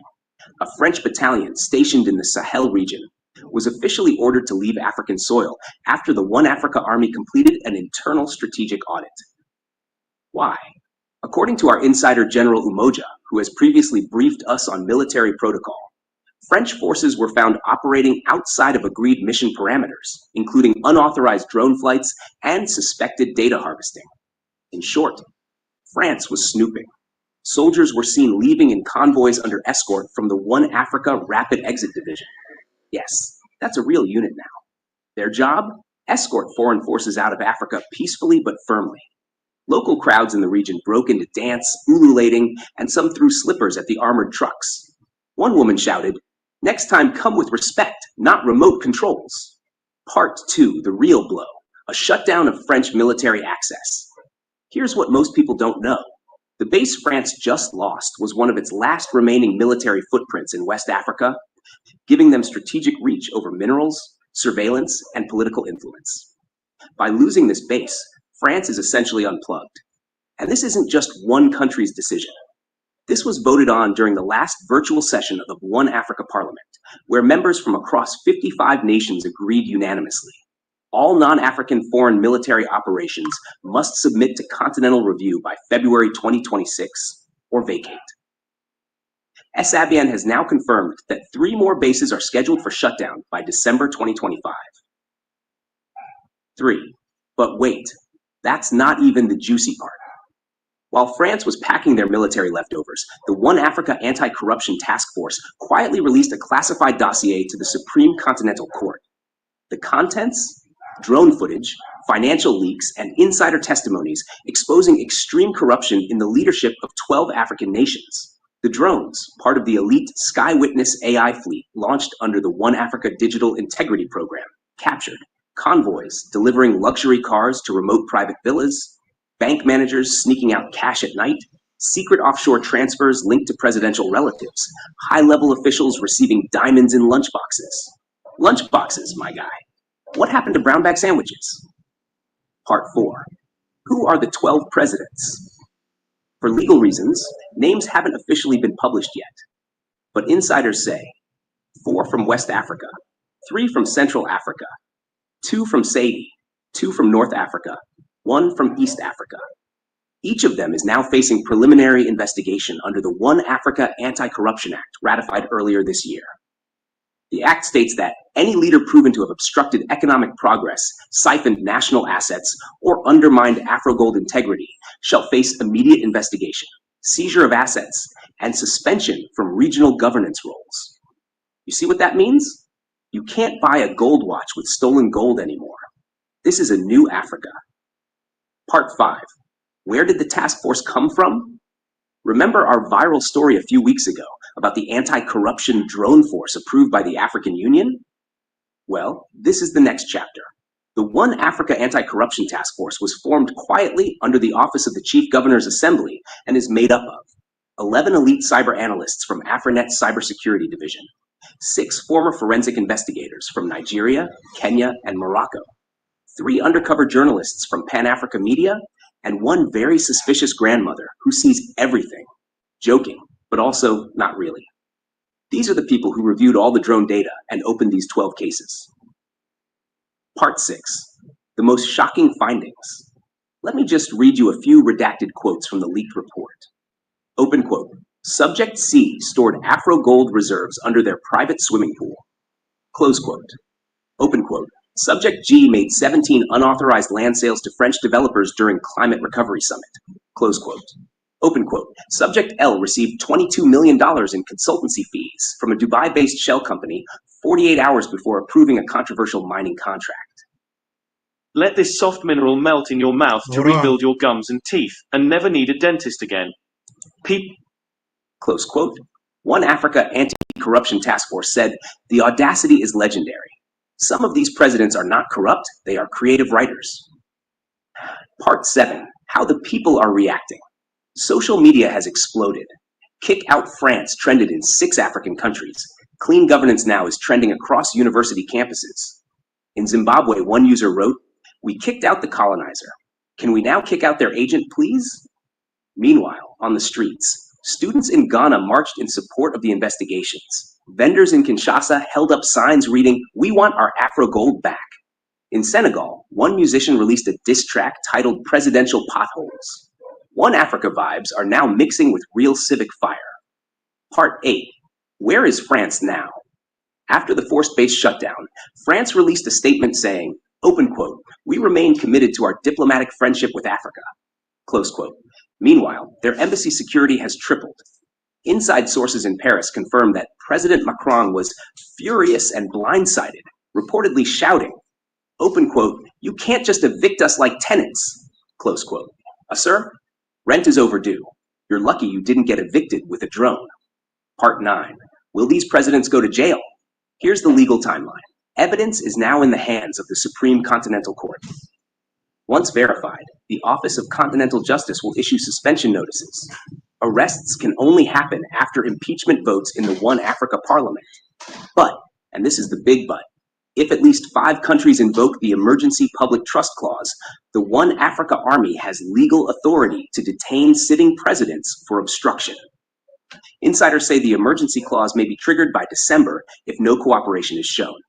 So, yes, jail is very possible. Orange is the new Agbada. Part 10. Is this the end of old politics? Not yet, but it's a major blow. For decades, corrupt leaders leaned on 2 things: foreign military backup, Western banking protection. But now, foreign troops are being kicked out. AfroGold transactions are monitored continentally. Afrinet allows whistleblowers to report corruption anonymously across all 55 countries. And now even the barber in Bulawayo has real-time access to continental budget leaks. This is not just a shift, it's a revolution. Part 11. Will other foreign powers be next? Sources confirm that 2 U.S. bases are under review. 1 Chinese tech outpost is being investigated for unauthorized surveillance. A Turkish contractor was blacklisted for inflated school building contracts. One Africa is not playing nice anymore. It's playing fair. Africa isn't anti-foreign, it's anti-exploitation. And that's what terrifies the old powers. Final word. Africa already won. Listen. You can't stop something whose time has come. France has been kicked out. 12 presidents are on the edge of collapse. AfroGold is exposing bank accounts that haven't been touched since colonialism. Afrinet is giving young Africans the tools to fight corruption, create, and build. To the corrupt, hide your loot. To the clean, shine your boots. To the people, enjoy the show. Because one thing is clear, Africa already won. And to the youth watching this from your phone on dusty data bundles, this is your inheritance. This is your Africa. This is your time. Smash that like button, subscribe, and tell us in the comments, which president do you think should be first to face the anti-corruption court? Tisu Banhubacho, Supreme Africa Breaking News. One Africa, one internet, one currency, one destiny.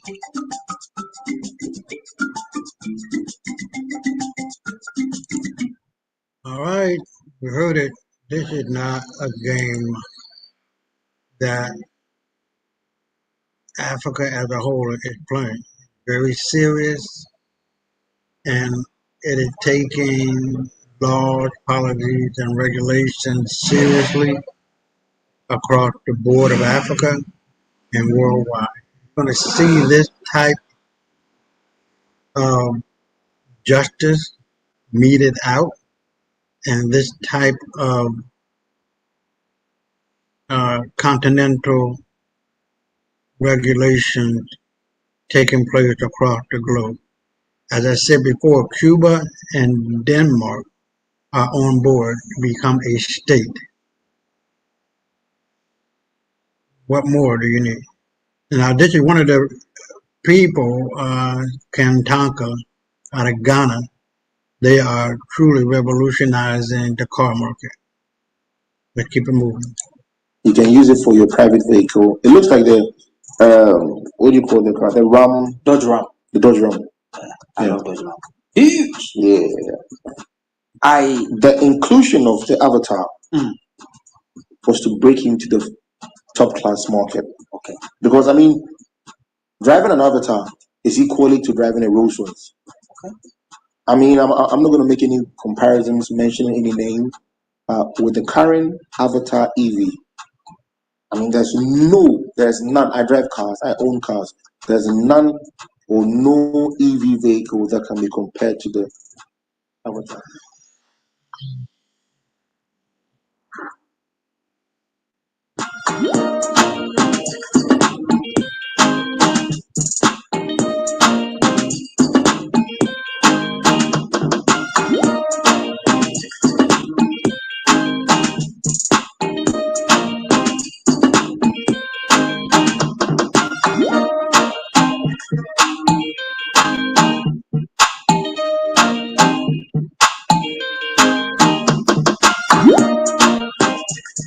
Think Tesla is unbeatable?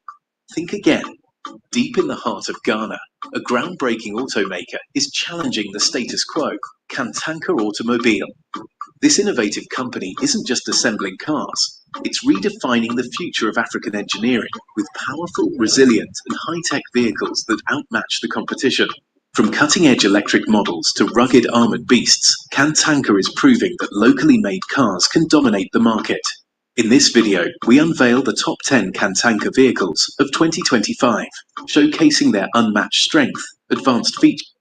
I canceled my Midjourney subscription because this AI does everything I need. I can upload my own photos, features, and competitive pricing. Buckle up, because what you're about to see might just change how you view the automotive industry forever.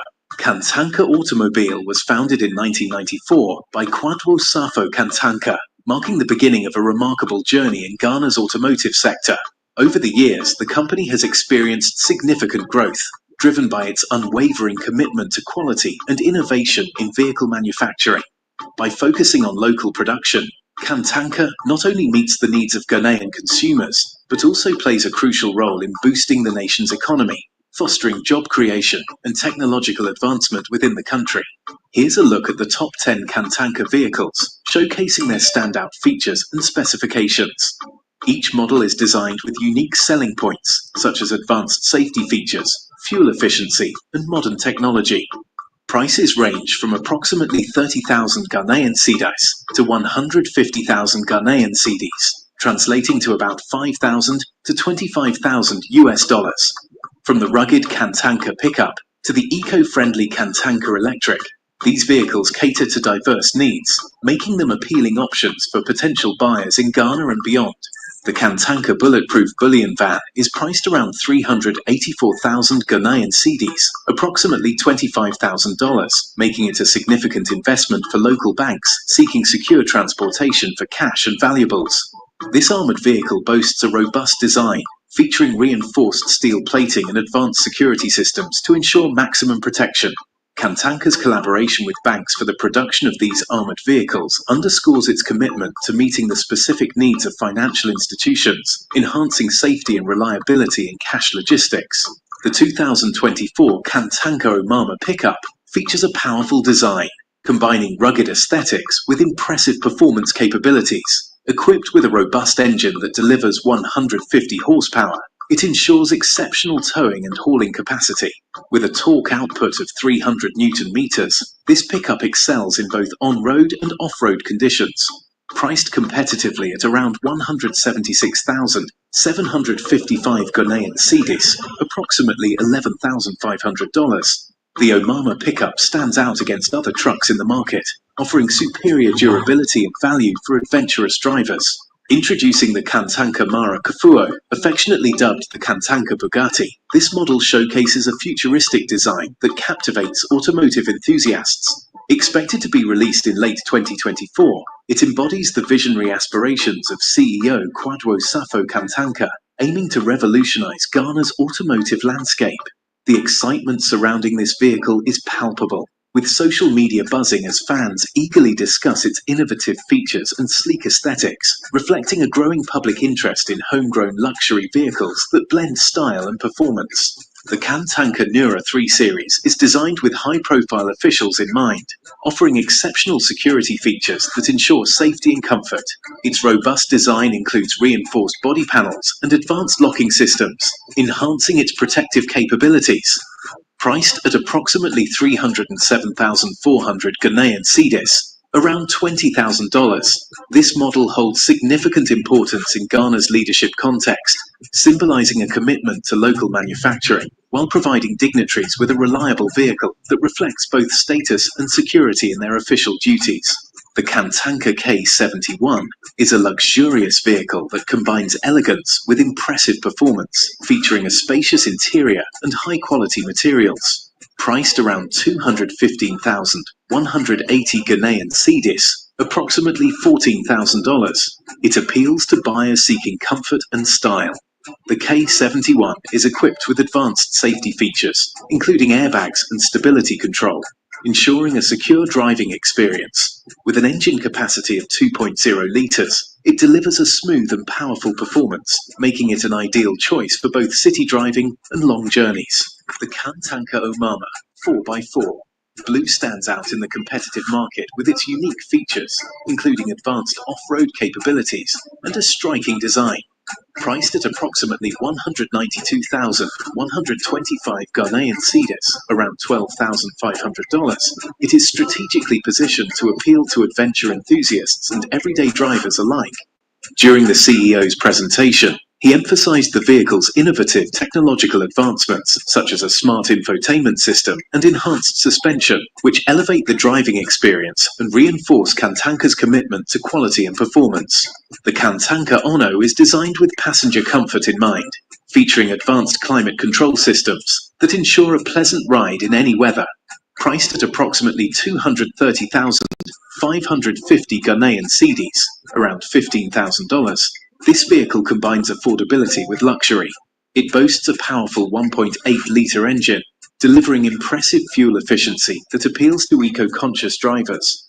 The thoughtfully crafted interior includes spacious seating and modern design elements, enhancing the overall passenger experience and making every journey enjoyable and relaxing. The Kantanka Kenza is expertly designed to cater to African conditions, featuring a robust size and durable build that can withstand diverse terrains. Priced at approximately 207,495 Ghanaian cedis, around $13,500, it offers excellent value for its capabilities.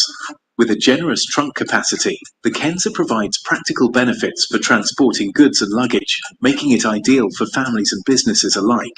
Additionally, its efficient air conditioning system ensures comfort during hot weather, enhancing the overall driving experience. Avita 12 is a premium electric sedan launched in 2024 through a collaboration between Ghana's Kantanka Automobile and China's Avita Technology. It combines cutting-edge technology with luxury, offers both single motor, 230 kilowatts, and dual motor, 425 kilowatts options, achieving 0 to 100 kilometers per hour in as little as 3.9 seconds. Equipped with a 94.5 kilowatt-hour battery, this EV boasts a driving range of up to 700 kilometers, with a fast charging capability that restores 80% power in just 30 minutes. Designed for comfort and sophistication, the cabin features Huawei Harmony OS, Napa leather seats, a 16-inch skylight screen, and a premium Meridian sound system. Advanced driving assistance includes LiDAR, HD cameras, and an intelligent air suspension system that adapts to road conditions in real time. Aviator 12 sets a new benchmark for luxury electric vehicles, offering an unparalleled blend of technology, comfort, and performance. As of now, the official pricing for the Aviator 12 has not been publicly disclosed. In summary, supporting local automobile manufacturing in Ghana is crucial for economic growth and job creation. The video highlighted the diverse range of Kantanka vehicles, showcasing their unique features and competitive pricing. We encourage viewers to explore these innovative models that reflect Ghana's automotive potential. If you enjoyed the content, please subscribe, like, and share the video to stay updated on more exciting insights into Kantanka and the future of local manufacturing in Ghana. All right, you heard it. I don't know what to tell you, but it's just going to get better and better and better and better. Who is better than at anything other than being black or black folk? Nobody else. Let's go at it. We got 1, 2, 3, 4 more to go. Excuse me, and we'll be done. Yes, we find ourselves. This way of life of improving and advancing is what has inspired Ghana's very own Safo Kantanka, who has decided to shoulder and spearhead various technological improvements in the nation, with the invention of incredible military support equipment, which consists of armored vehicles and combat exoskeletons that have been produced by the gifted son of the soil. In today's video, we take an in-depth look at these incredible inventions and how they intend to elevate the country's military power. Before we begin, as always, kindly like and subscribe to this channel for more insightful content like this. Let's dive right into it. Apostle Dr. Engineer Kojo Safo Kantanka, who is the founder and chairman of Kantanka Group in Ghana, has been spearheading some amazing and daring futuristic projects in technological advancements in the country, from supercars to aircrafts and many more. Kantanka Group has also shown great interest in developing state-of-the-art and futuristic military equipment and artillery as well. The most interesting and fascinating ones of which are the Kantanka Group exoskeletons and massive armored tanks, considered to be at par with the largest in the world, and is equipped with a state-of-the-art laser rangefinder. The suits, known as exoskeletons, are designed to augment the capability of their wearers, allowing them to carry heavier loads and go to longer distances without causing any injury and protecting their body. The Kantanka Group exoskeletons show more heavier armored men as compared to the exoskeleton projects in other advanced countries such as the US, wherein the exoskeletons are more contraptions to augment rather than act as armor for the soldiers, which many seem to miss, but that is the price of a futuristic invention. The armored vehicle introduced is also extremely massive, much like a land battleship, with a cavernous inside that it might be able to squeeze in a platoon of fully armed soldiers, though it doesn't have a turret, so a gunner can safely fire from the inside. Its profile may not be tactically viable when military vehicle designers always opt to go for a lower profile look. These phenomenal technological advancements were put on display during the 38th annual exhibition of the Kantanka Group in Accra, an event which was graced by the Asantehene Otumfuo Osei Tutu II and other dignitaries, including the Senior Minister, Mr. Yao Osafo-Maafo, the Minister of Environment, Science, Technology and Innovation, Professor Kwabena Frimpong-Boateng, members of Parliament, representatives of the various security agency and traditional leaders. Otumfuo Osei Tutu, during the event, commended Apostle Dr. Safo Kantanka for his wonderful works that will benefit the incoming generation, and praised his immense contribution towards the development of science, technology, and creativity in the country. Otumfuo Osei Tutu encouraged Apostle Safo to persist in his hard work in spite of the limited support offered him by the state, and also encouraged the citizens to get behind his creative genius wholeheartedly. Aside the showcase, not much information has been made public about the capabilities of the exoskeletons as well as the battle tank. It will be interesting to know about their capabilities and if they are as formidable as they do, as they can be a real game changer in the battlefield. Although their designs may not meet NATO requirements, currently they may just do more than enough.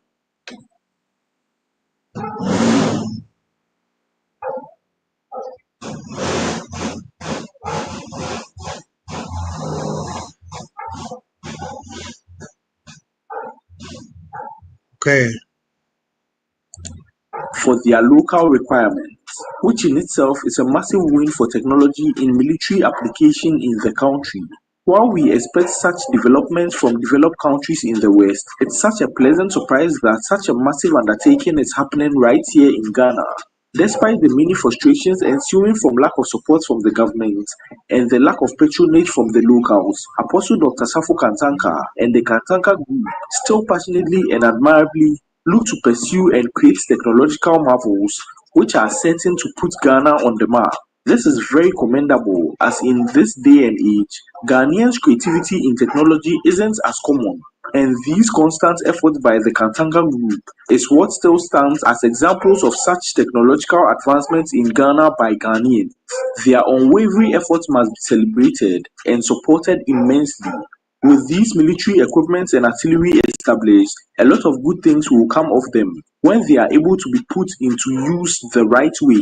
If you like content like this, be sure to like this video and subscribe to this channel. Also, check out this video next on massive projects in Ghana that will just amaze you. Thank you, and on to the next video.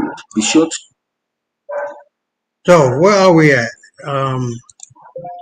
We're here in this present moment because in the now determines your tomorrow. And you can kill a dreamer, but not the dream itself. An idea must form and must take shape and will happen. And this is what this is what is happening now. And there's going to be one. Africa is not waiting anymore. It is taking its control of its own resources, continent, and world. It's not a joke. There we go.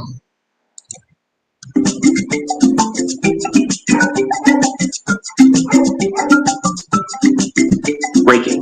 The West makes a move against one Africa government. Is Africa doomed?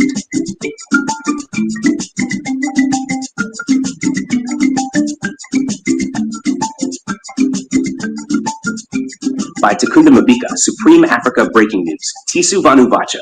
The Defenders of Africa are watching. Part 1. The Rise of One Africa Government, a Threat to the Old World. It started with a dream. One passport, one currency, one government for over 1.5 billion Africans. A dream rooted in Pan-Africanism, fueled by youth movements, and now whispered in the corridors of Addis Ababa under the African Union's golden ceiling. The One Africa government is not just an idea anymore. It's a continental reality in motion. But what happens when Africa decides to think for itself? When we stop exporting raw minerals and start exporting decisions? When the continent of gold, cobalt, and oil stops bowing to outside powers? One word: panic. The West is watching, and they don't like what they see. Part 2. Strategic interference. What the West might try. We must speak this with courage. The Western powers will not sit back while Africa organizes itself. Not peacefully. Here are 5 strategic moves the West might attempt. Economic pressure. Freezing AU central fund accounts, delaying World Bank loans, or placing restrictions on new African digital currencies. Divide and rule. Amplifying internal disputes. Think of border tension, election disputes, ethnic clashes, all intensified subtly. Media warfare. Flooding African media with fear. Africa not ready to unite. One government will lead to dictatorship. Too risky for foreign investors. Buying out leaders. Targeting fragile heads of state with billion-dollar development packages to quietly pull them away from AU unity talks. Weaponizing security. offering military support through NATO or UN to secretly monitor and sabotage African-led command structures. These moves may not come with bombs and missiles, but they are war tactics all the same. Part 3. The DRC-Rwanda conflict, a diplomatic pivot? Eastern Congo bleeds while minerals are mined. For years, this region has been a chessboard for foreign powers using local fighters as pawns. But something shifted on June 27, 2025. The foreign ministers of DRC, Therese Kaikwa Wagner, and Rwanda, Olivier Nduhungirehe, signed a U.S.-brokered peace deal in Washington, D.C., named the Critical Minerals for Security and Peace Deal. On paper, it's a deal to end decades of conflict, to disarm rebels, to protect borders, to withdraw Rwandan troops in 90 days. But at the core, a deep interest in critical minerals, cobalt, lithium, coltan, the elements that power Western tech empires. Don't buy another pair of glasses until you've seen what this new invention can do. These self-adjustable glasses are taking the world by storm. President Donald Trump, who brokered the deal, called it a wonderful treaty, and confirmed that Presidents Tshisekedi and Kagame would soon visit the White House for formal signing of the Washington Accord. Qatar, the quiet power broker, was involved too. But this wasn't a bilateral showpiece. President Trump invited not just Tshisekedi and Kagame to Washington. He also invited African Union chairperson João Lourenço, president of Angola. That's huge. It means the AU was front and center in symbolic terms. That single interaction changes the narrative. It's not just West versus Africa. It's West plus AU versus chaos. The West shapes the optics, but Africa is seated at the same table. But here's the question. Is this about peace for Africa or access for the West? Part 4, why this matters for one Africa government. The inclusion of the AU chairperson signals that this peace initiative is not designed to undermine the AU, at least symbolically. Yes, the deal was negotiated outside the AU's headquarters in Addis, but bringing João Lourenço to the Oval Office meant acknowledging continental representation. That could shift the true power, from isolated diplomacy to joint diplomacy, making it harder for the West to divide African unity. In this context, the Washington Accords framework actually preserves AU relevance, rather than diminishes it, if AU leaders choose to lean into that role. So, is Africa doomed? Absolutely not, because Africa is not sleeping anymore. Here's how the continent is fighting back intelligently. Pan-African Constitution drafted. Sources inside AU reveal a near-complete document that lays the legal groundwork for unified governance. It includes rotation of leadership, digital ID, and resource-sharing frameworks. Afrogold currency trials. Countries like Ghana, Kenya, and South Africa are secretly piloting a gold-backed digital currency, Afrogold, for trade across borders. Continental military reforms. Plans for a single African military command under the African Union Peace and Security Council have entered Phase 2. Youth political mobilization. Pan-African Gen Z is rising fast, with movements across TikTok, YouTube, and campus politics pushing for integration. African tech giants backing OneGov. Major fintechs and telecom firms are beginning to align their products with future integration needs, such as cross-border payments and ID verification. This is not the Africa of 1960. Part 6. DRC-Rwanda conflict can be a turning point. What if, instead of being a Western chessboard, this peace deal is the start of an African-led regional bloc?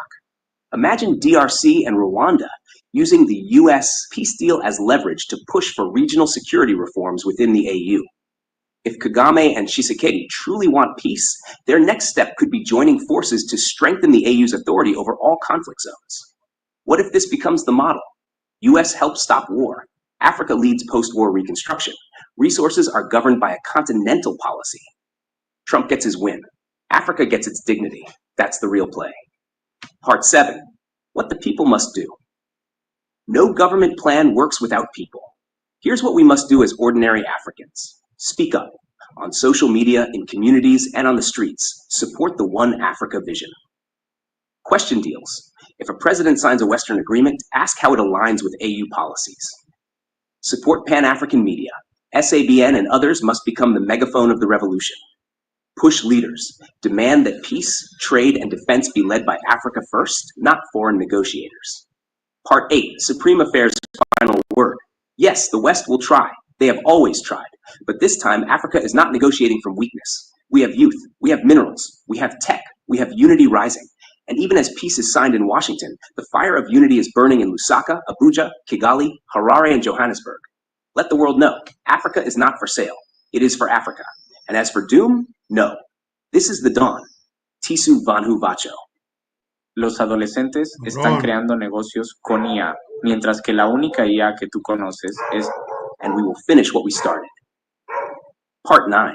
The role of African women in the unity movement. Across the continent, African women are rising not just as voters or activists, but as leaders of a new era. From diplomacy to digital entrepreneurship, they are anchoring the moral compass of the One Africa vision. Women-led cooperatives are powering food security and trade in East Africa. Female ministers in Rwanda, Ghana, and South Africa are drafting integration policies and climate strategies. In Somalia and Sudan, women's peace movements are reducing violence where formal politics have failed.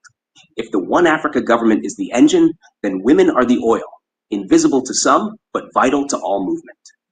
Part 10. This is Africa's time, and the world knows it. Look at the global map. The power lines are shifting. Europe is aging. America is divided. Asia is crowded. But Africa? Africa is young, bold, and in motion. For the first time in modern history, the world cannot ignore this continent. From tech hubs in Nairobi to fintech corridors in Lagos, Africa is not catching up.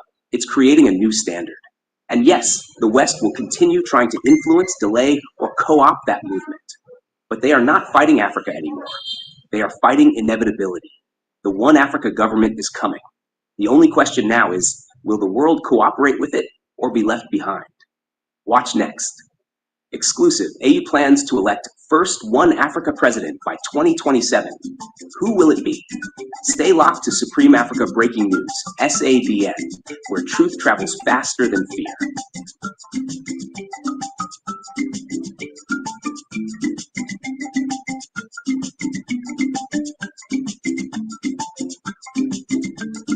All right, you heard it here. They're just going to get tighter and tighter and more meaningful for black folks across the globe. It is just becoming more and more black. The world is fading back to its original status. Period. So here we are, totally break the map. Cuba and Denmark joined the Sahel Revolution. Let me subscribe to that. And I'll be right back. Emery. They don't understand why Denmark, which once slammed the door on diplomacy, quietly returned to Ouagadougou. They don't understand why Cuba, still under blockade, sent a medical and diplomatic team to the Sahel without hesitation. Is something bigger going on? A new axis forming? A soft revolution, but deeper and more dangerous than artillery? If you sense it, like, comment, and subscribe.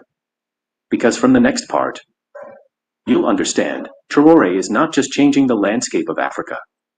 You are rewriting the world map. We will no longer stand aside. Burkina Faso is leading a new era. And we want to be there. Formal statement by a Danish envoy in Ouagadougou, May 2025. Just a few weeks after the failed coup in Burkina Faso, two shocking diplomatic signals appeared. Cuba sent a high-level delegation to Ouagadougou declaring unconditional support for the Traoré government. Denmark, which had declared its withdrawal from the Sahel, unexpectedly reactivated dialogue relations.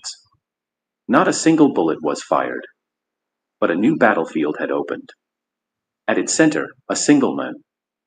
And that is when the story really began. A third of the world stood watching. A third turned away. The rest marched towards Traoré. He did not die. A week after the bloody coup, Ibrahim Traoré appeared in public, not on screen, but among thousands of people. No armor. No shield. Only eyes like blades and a deep voice, speaking to the world in the only language a betrayed people understands. We do not bow. In that moment, Burkina Faso's story shifted. From a small country beset by civil war, to the center of a continent-wide political earthquake. For there was one thing no one had counted on, when all assassination attempts fail. It is the survivor who becomes the symbol. They wanted to take down a symbol, but instead created an empire. The April 2025 coup, cloaked in vague names like spontaneous military response or attempt to save the republic, was in fact a coordinated plan involving mercenaries, bribed insiders, and mysterious offshore funding. They didn't want to retake the country. They wanted only one thing, to cut off the head of the snake. What they didn't understand was, Burkina Faso no longer had a single head. Traoré had implanted himself in the heart of every soldier, every child, every mother in the market. When he was attacked, the whole country woke up. When they were silent, they spoke up. In less than 72 hours, civilians blocked the rebel supply lines. University students took over the airwaves to call for international condemnation of the intervention. Loyal commandos launched a campaign to turn the tide. The world witnessed something strange. No one gave orders. There was no commander-in-chief. But an entire nation acted as if awakened by a common signal. I just made a $27 ebook in 2 minutes using AI. Watch how I did it, so you can do it too. Here I am, a designer, and the first thing you'll notice is this. Cuba and Denmark, two flags of different colors, touched the same Burkina land. Shortly after the event, 2 special flights landed in Ouagadougou. The first arrived from Havana, carrying a team of defense advisors, logistics experts, doctors, and a clear message: we are not sending soldiers. We are sending people who have lived through sieges, blockades, and rebellions. We know where you are. The second was from Copenhagen, an event that seemed unlikely.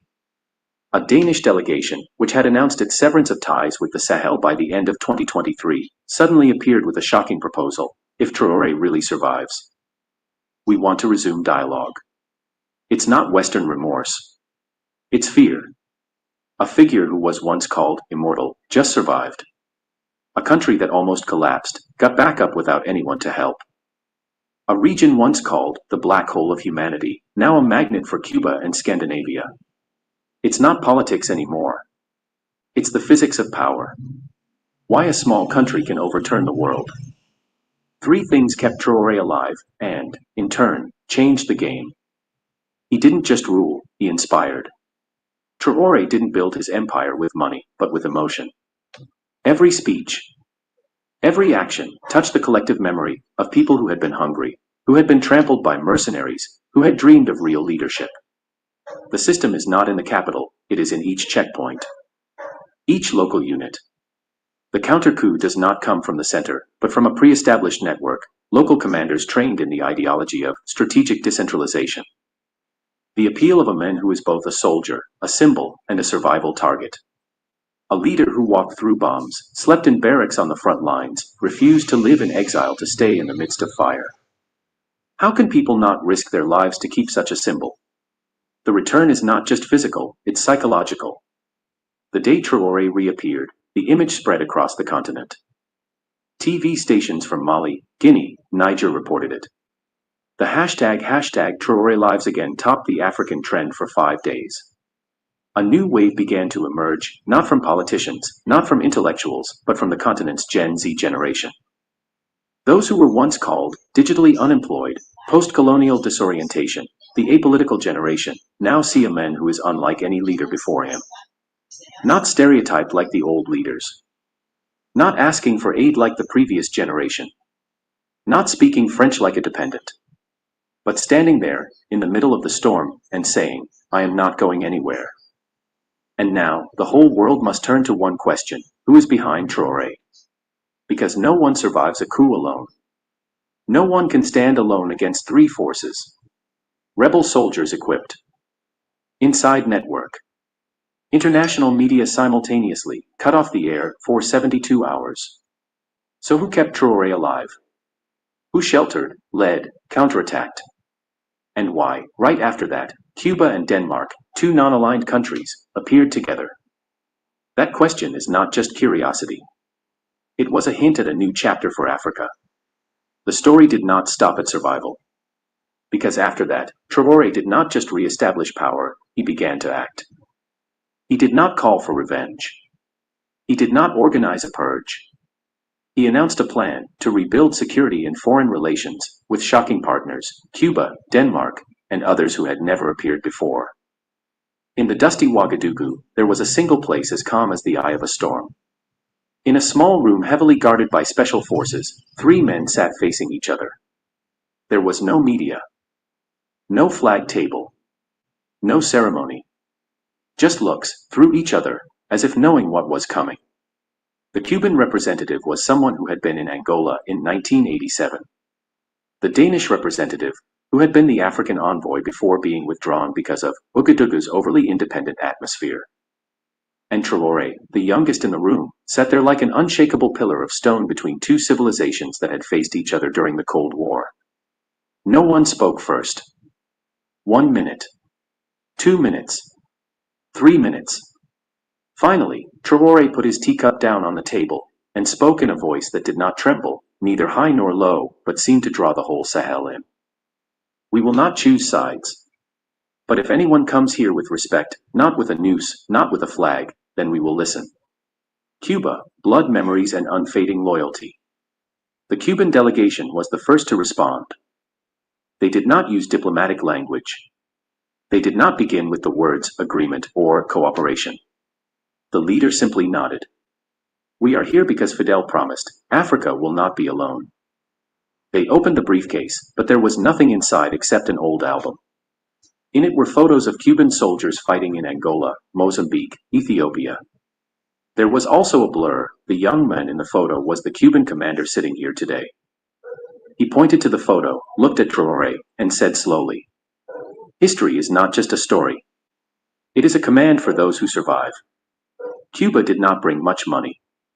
No sophisticated weapons. But they brought another asset, memories. They said they would send medical experts, technical trainers, and especially professors to help Burkina Faso build its own defense university independent of the West. Traoré nodded.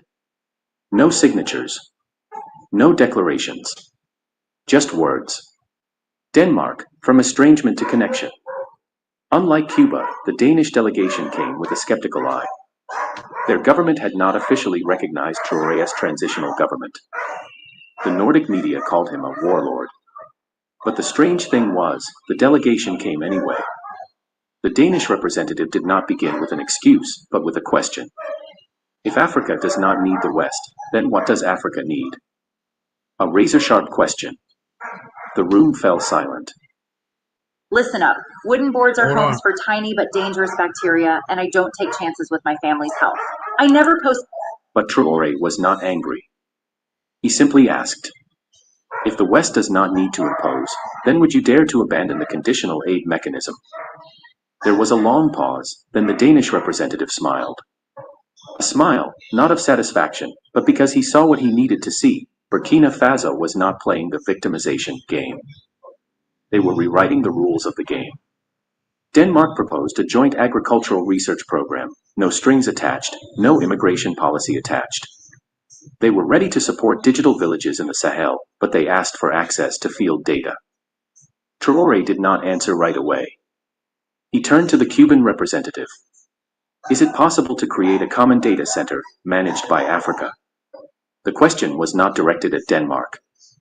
But the very fact of not turning away from them was Traoré's way of testing his patience. The Nordic representative understood. He wrote down 2 words in his notebook, wait. The tension between the 2 poles, and Traoré was at the center of the whirlpool. The meeting lasted 6 hours. No documents were signed. No press releases were issued. But a silent alliance was born, an alliance of respect. Intelligence and non-dependence. Outside, the West watched closely. France was uneasy with Cuba. The US was suspicious of Denmark. NATO was silent. Russia, not showing up, as if wanting Traoré to take the first step himself. And the scariest thing about the old system, these 3 sides, no one was against anyone else. They were just building, without asking permission. Over the next month, a series of unusual signals appeared. A team of Cuban medical experts was rushed to the war-affected provinces of Burkina Faso without media notification. The University of Ouagadougou opened a new department of applied satellite technology with funding from a Nordic fund. A former Danish colonel asked for early retirement, then flew to Bobo Dioulasso to teach English to military cadets. Each of these small events did not create an earthquake, but together they were opening a path. Not a path that depends on the Russia-China axis, nor a path that follows the Western aid path, but a soft axis, both flexible and steadfast, revolving around a core, Traoré, and the idea of self-determination. In the world of geopolitics, the scariest thing is not weapons, but the right to refuse. When you dare to refuse an aid package attached to IMF reform, when you refuse to attend a conference without being properly invited, when you refuse to share population data with the European Union, then you are no longer a pawn. You are a player. And Burkina Faso, under Traoré, is learning the rules of the game very quickly. Connected, but not tied. What is special is, Traoré is not anti-globalization. He is not closed like North Korea. On the contrary, he invites countries to come, but with one principle. No one comes here with chains. Whoever brings chains, wears them and goes home. Cuba understands. Denmark is beginning to understand. And other countries, from Brazil, Indonesia, to Kazakhstan, are also knocking on the door with new questions. How to cooperate without dominating. How to share without monitoring. How to accompany without being a controller. Burkina Faso, a small country, is teaching the world a big lesson. The story does not stop at a few handshakes or diplomatic statements. No. What is happening in Burkina Faso is a direct challenge to the global order. And when Denmark, a NATO country, and Cuba, a symbol of defiance against the United States, come together in Ouagadougou, none of the old gatekeepers of the world can sit idly by. The West is panicking. Intelligence reports are being pushed to Washington, Paris, Brussels by the hour. The name, Ibrahim Traoré, is no longer an African phenomenon. It has crossed all borders. It has become a symbol of a new order, emerging from the ashes of colonialism. Traoré is creating an unprecedented alliance. It goes beyond geopolitics. It is an alliance of countries that were once considered obsolete. Confidential report of the European Institute for Strategic Studies, June 2025. Invisible battlefield, economy, information, internal. When nuclear weapons and drones cannot intervene openly, the attacks begin with softer, but no less destructive, things. The French central bank suddenly refuses liquidity to financial institutions that have done business with Ouagadougou. The International Monetary Fund (IMF) warns of serious investment risks in Burkina Faso. A series of old opposition figures, once silent, suddenly appeared on international television, calling Traoré the young dictator. But the most dangerous blow did not come from abroad. It came from within. Several senior generals had their files leaked, showing that they had close ties to Western agencies. Several civilian figures, once considered intellectuals supporting the youth movement, quietly disappeared from Ouagadougou overnight. On underground forums, the keyword, treasonous plot, skyrocketed. Traoré knows it. And he does not keep quiet. I am not afraid of those who carry guns. I am afraid of those who have surrendered long ago. Disguised as friends. Ibrahim Traoré, speaking to the Provisional National Assembly, June 2025. The top secret meeting, 3 days before the storm. On June 17th, at an underground military base on the outskirts of Ouagadougou, a closed-door meeting that has never been officially announced took place. Present. A representative of the Cuban military. A Danish strategic advisor, who led operations in the Baltics. A special envoy from Mali and Niger. And of course, Traoré, who held the center of the battlefield. The meeting lasted nearly 8 hours. No press, no pictures. But what was clear afterward was that a new alliance, without a name, without a flag, had been born. We are not signing papers. We are signing a joint commitment. None of us will be crushed again. Leaked internal notes after the meeting, published by Le Monde source anonymous. Burkina is no longer a poor country with resources. It was immediately after this meeting that the steps that shocked the world began. Burkina Faso announced a project to develop a national IT infrastructure with technical support from Cuba, which has experience in developing independent networks under embargo conditions. Denmark sent experts in renewable energy and clean water to Ouagadougou, starting strategic projects in remote areas. A secret team of experts from Mali, Niger, and Guinea was sent to learn how to build a new type of technocratic government that Traoré was piloting, combining the military, technology, and young intellectuals. All of this caused the Western media to change its tune. They no longer talk about coup, revolution, or lack of democracy. Now they talk about the Traoré model as a phenomenon worth watching. If Traoré is not overthrown in the next 6 months, the whole of West Africa will follow his path. Why did you cancel your Midjourney subscription? I found this hidden AI that does everything I want for a one. Foreign policy, July 2025. Pressure reaches a peak, and Traoré makes his final move. On June 25th, the French Foreign Ministry summoned Burkina Faso's ambassador and issued an indirect ultimatum. Ouagadougou needs to be more transparent about its relations with non-NATO powers. On June 26th, major international television channels simultaneously broadcast satellite images claiming that Burkina Faso was building facilities that could be linked to the militarization of the region. On June 27th, the Security Council met behind closed doors, referring to the situation of potential instability in the Sahel due to non-traditional factors. By then, everyone understood a direct blow was imminent. But Traoré did not retreat.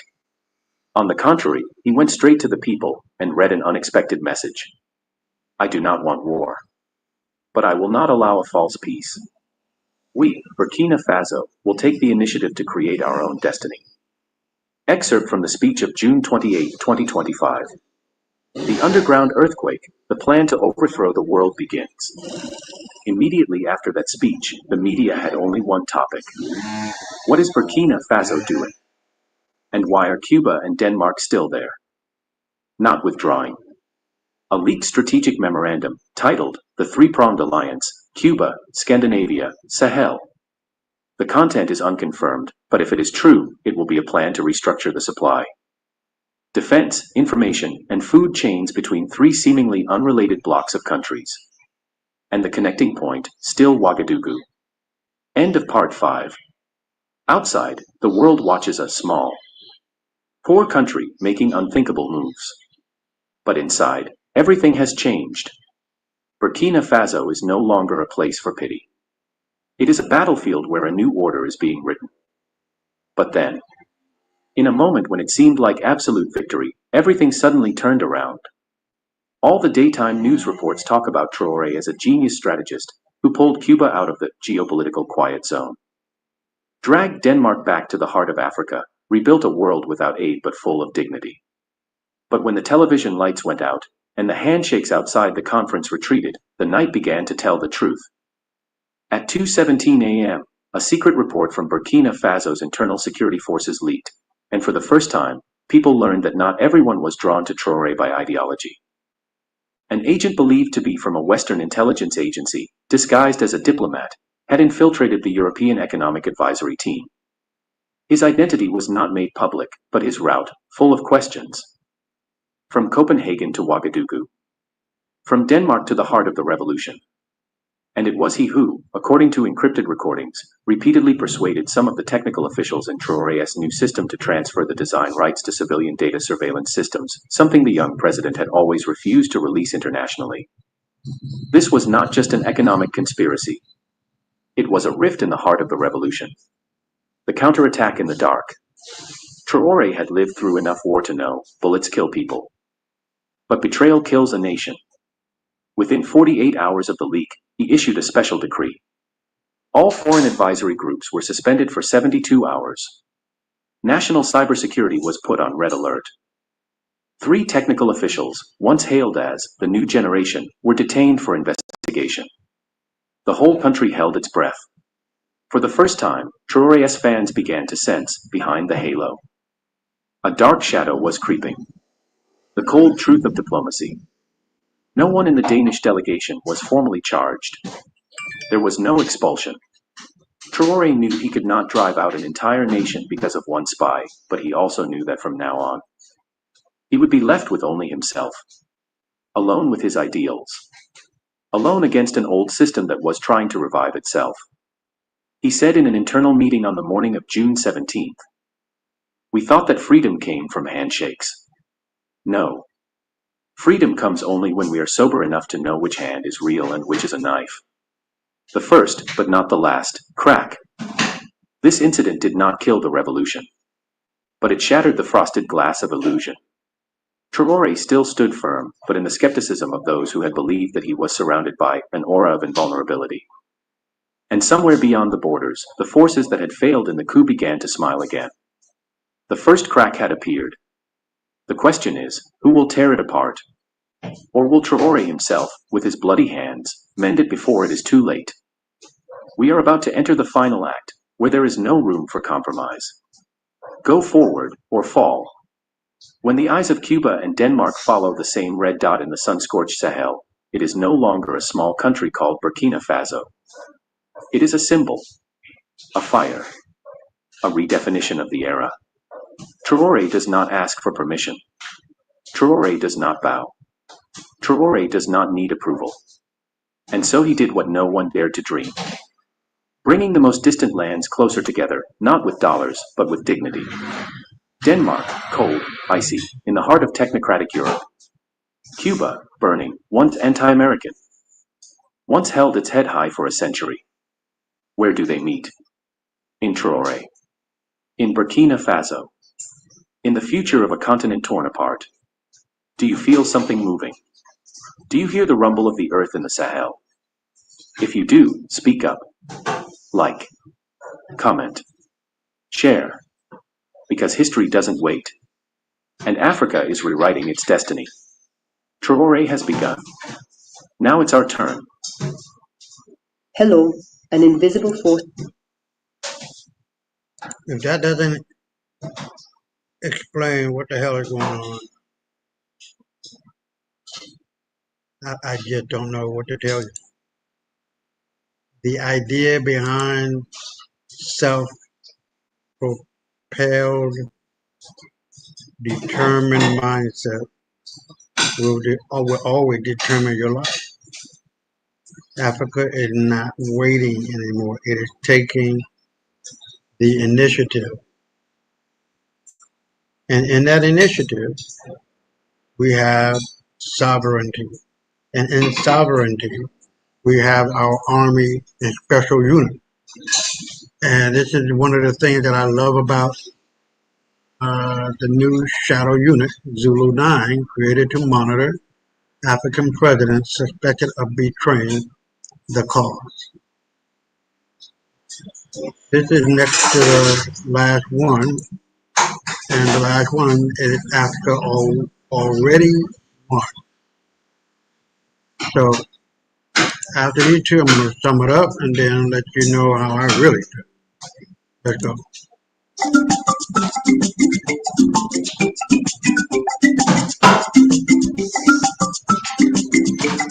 Danger Zone, new shadow unit Zulu 9, created to monitor African presidents suspected of betraying the cause.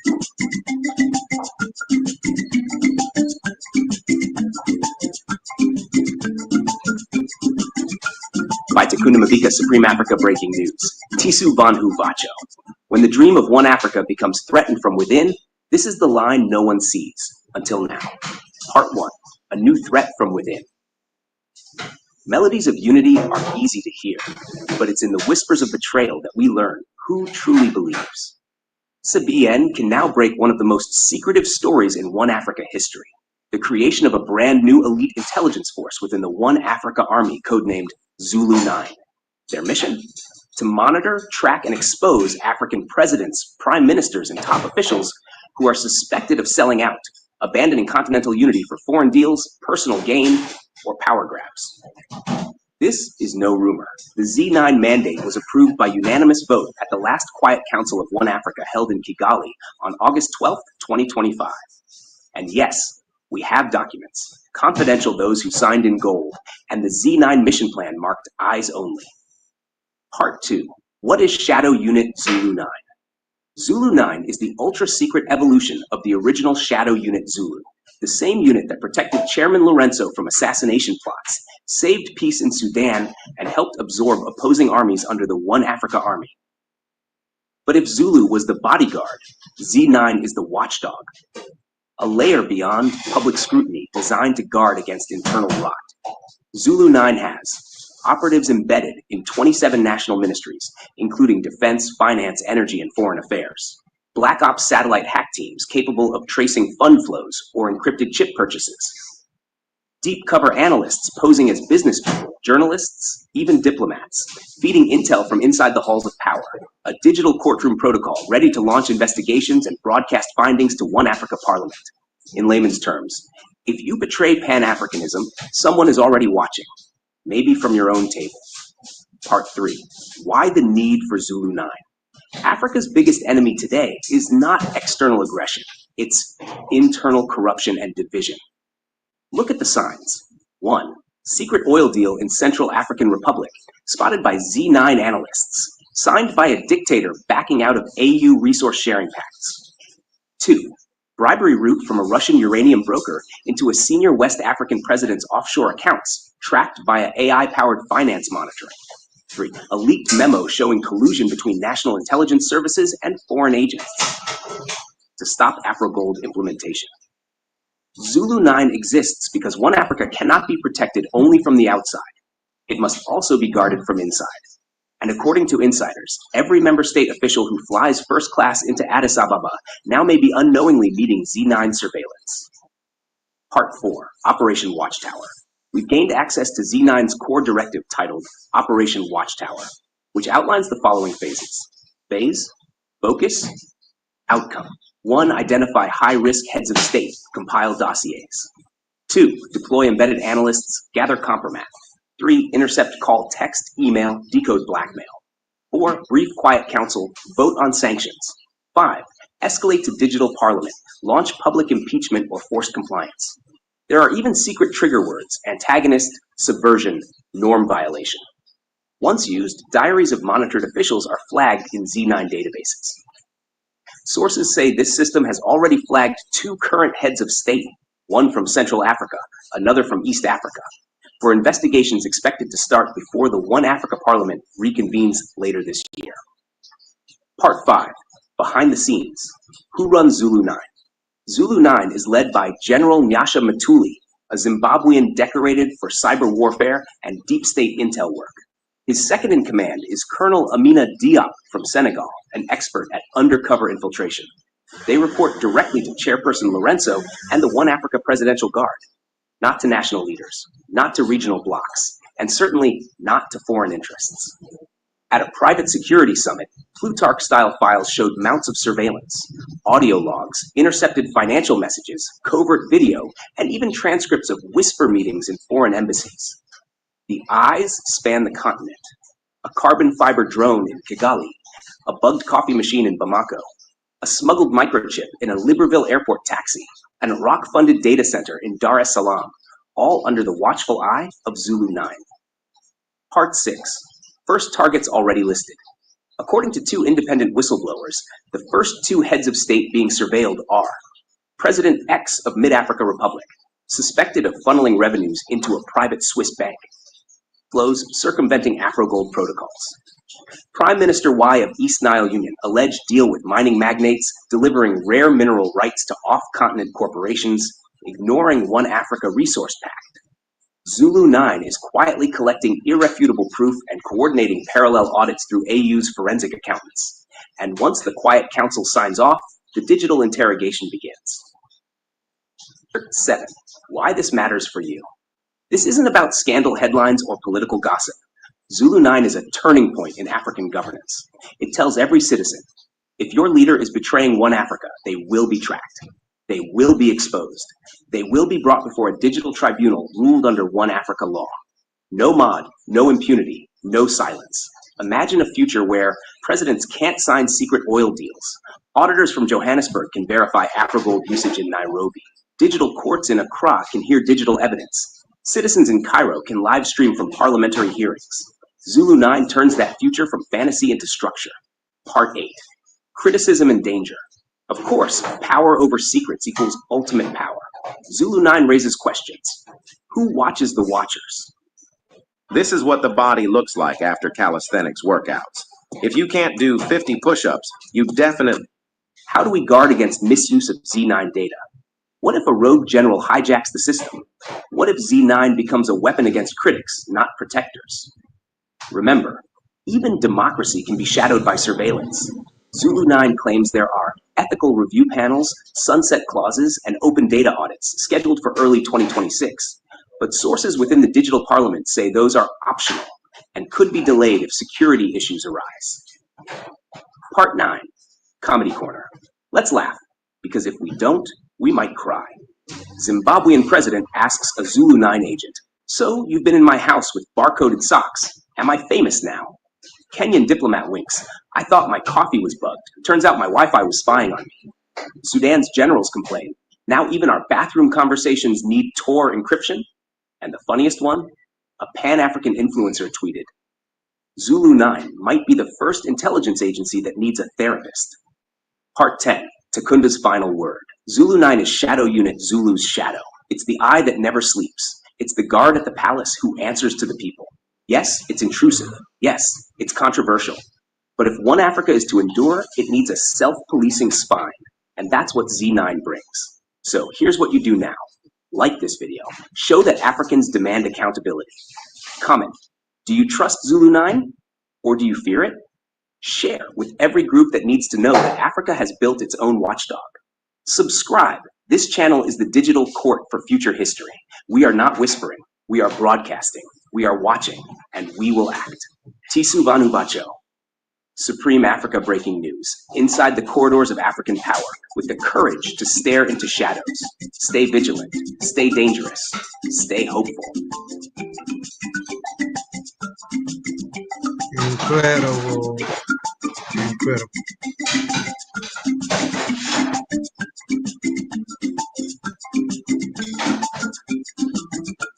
All right, so we're down to the last one. But I just want you guys to know how I feel about this.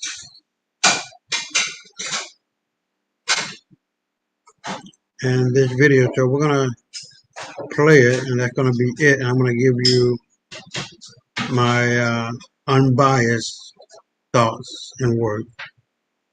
So let's go at it.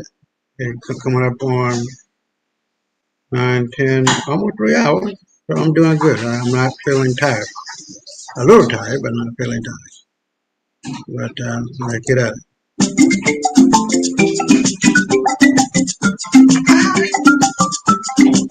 Breaking. Africa already won. The West just hasn't accepted it yet.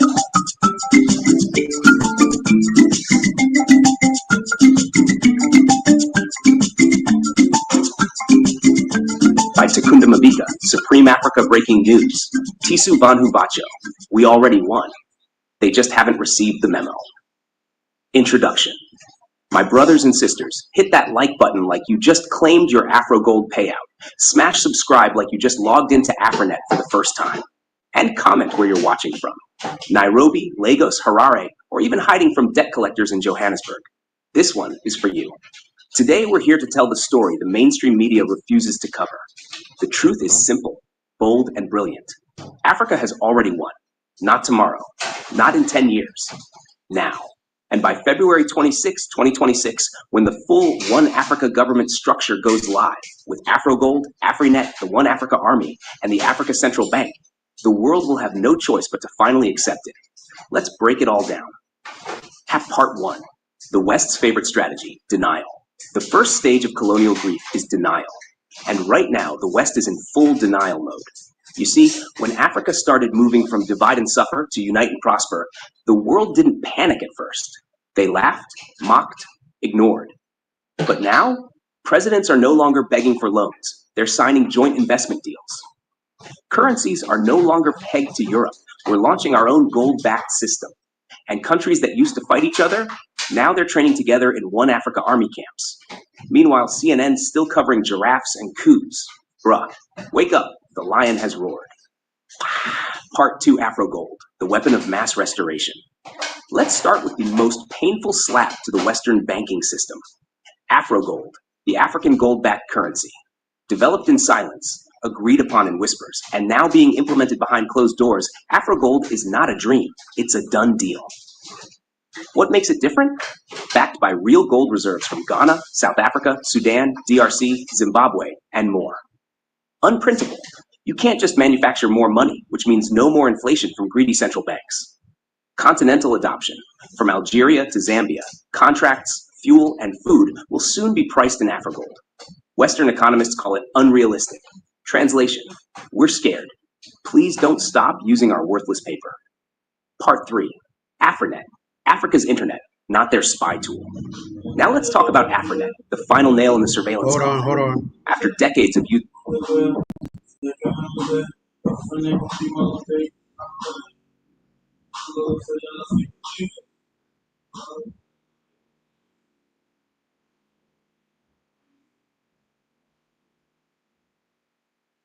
Okay, hold on.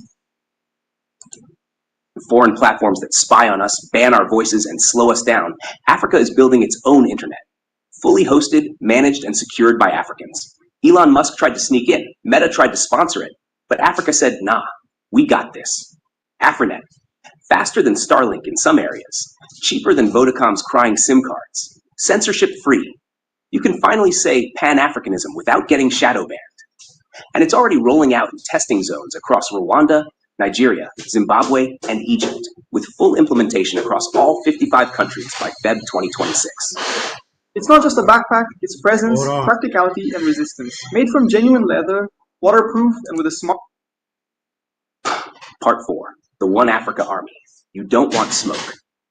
Let's address the part that makes Pentagon officials sweat in silence. The One Africa Army. Yes, it's real. Yes, it's unified. And yes, there's a secret continental command structure already operational. Each region, SADC, ECOWAS, EAC, etc., now falls under a chief governor's military liaison, reporting to the Continental Security Directorate. And what are they doing? Evicting foreign military bases. France, we see you? Patrolling disputed borders peacefully, forming elite units like Shadow Unit Zulu to protect national leaders and oil fields. Africa is no longer just defending itself. Africa is strategically posturing like a superpower. Let that sink in.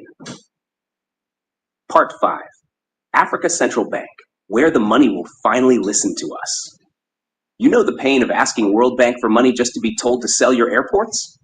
That ends with the Africa Central Bank, headquartered in Nairobi, Kenya. This bank is being staffed by top economists from each region, Pan-African blockchain architects, and strategic advisors trained in both Eastern and African financial models. The goal? Fund only Pan-African projects, offer Afro-gold-based loans, and oversee continental wealth redistribution, including land, energy, and infrastructure. IMF, your services are no longer required. Kindly collect your neo-colonial policies and close the door on your way out. Hash Part 6. February 26, 2026, the new Independence Day. Mark it. Frame it. February 26, 2026. That's the date insiders like Chairman Shadow and Protocol Black say everything becomes public. The full AfroGold switch, the official One Africa president sworn in, launch of the One Africa Constitution, and a continent-wide broadcast unveiling the new order. Every city will hold a unity parade. Every country will switch to the new digital infrastructure. And every African child will grow up knowing they belong to something powerful, peaceful, and prosperous. Part 7. What the West doesn't get. But Africa does the West still thinks we want to catch up. But Africa doesn't want to be them. We want to be better. While they're arguing about who gets to use which bathroom, Africa is reclaiming land and building solar-powered villages.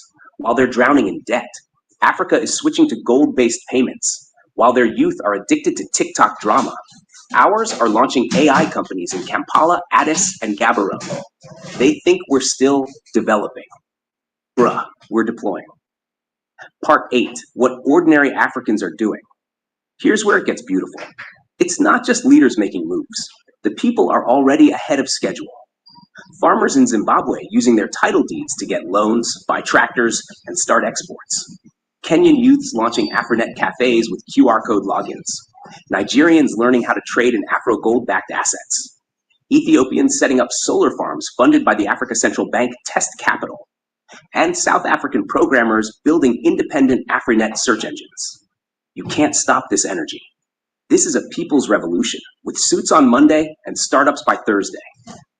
Part 9. The final battle will be psychological. Now let's get serious for a second. The real war isn't with guns or trade. It's in the mind. Because if the West can't beat us economically, they'll try to convince us we're not winning. So they'll push poverty narratives, sponsor internal conflicts, fund influencers who mock African systems, call Afrogold unstable and One Africa authoritarian. But don't fall for it. We are already free. We just need to believe. Unity is the final revolution. Part 10. What comes next? From our Sabian insiders, here's what to expect next. The first Afrogold-only oil deal between Chad and Ethiopia, a full military drill of the One Africa Army in Namibia, official continental IDs linked to Afronet rollouts, and the first joint satellite launch to power Africa's own GPS. Yes, the African Union will have its own version of Google Maps. And no, it won't route you through potholes unless it's Harare, where potholes are like historical monuments. Final word. So, my people, they may laugh, they may deny, they may ignore, but as of today, Africa has already won. We just haven't televised it. By February 26, 2026, the world will watch, shocked, as Africa unveils the greatest political, digital, and economic renaissance ever attempted on Earth. And when they ask, wait, when did Africa become powerful? Tell them, we didn't become, we always were. Tisu Vanhu Vacho, One Africa, one voice, one victory. Like, subscribe, share, comment where you're watching from, and tell us how you plan to build this Africa we've already won. Wow. All right, ladies and girls, ladies and gentlemen. This is it. We're at the end of the road. But one of the things I wanted to point out too, I don't know if I can get to it or not, is on X. And you heard white people wanting their own space, their own location without black people in it. I know you probably heard that and seen that. But hold on. Let me bring it up here.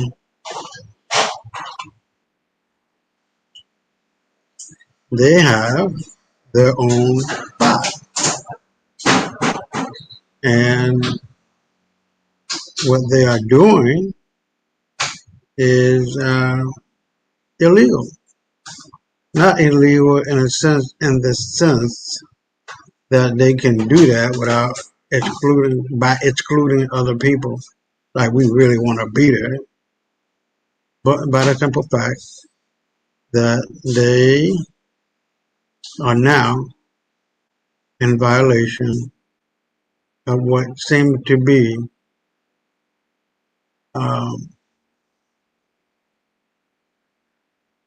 I'm trying to find it. I know I have it on X, but I want to try to take my time and trying to find it. But if I don't, this is what is happening. They opened up their own, if I can say opened up, their own city within the city that is completely white. And the leader is pimping his wife. X-rated to the max. I haven't seen, I don't want to see no white bitches asshole. I don't like white hoes. I don't like black hoes, but I like black queens. But this guy is gone full mad and pimping his wife. This is not a joke. I was hoping I would be able to come up on it and find it quickly. But that is what is happening.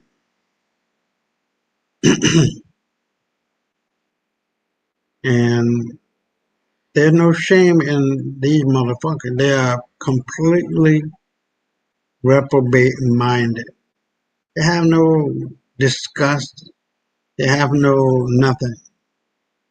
No shame in their game. And they'll tell you in a minute. I'm pimping my wife, having her pussy all on the screen, and selling a motherfucker. I like the bravery and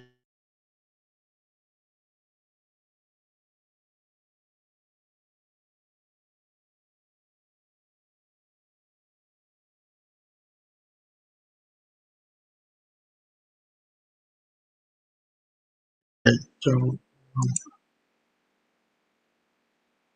Let me see if we can come up some other kind of way. But anyway, that's what's happening. And you are seeing that. Hold on, let me get out of here. How do I get out of here?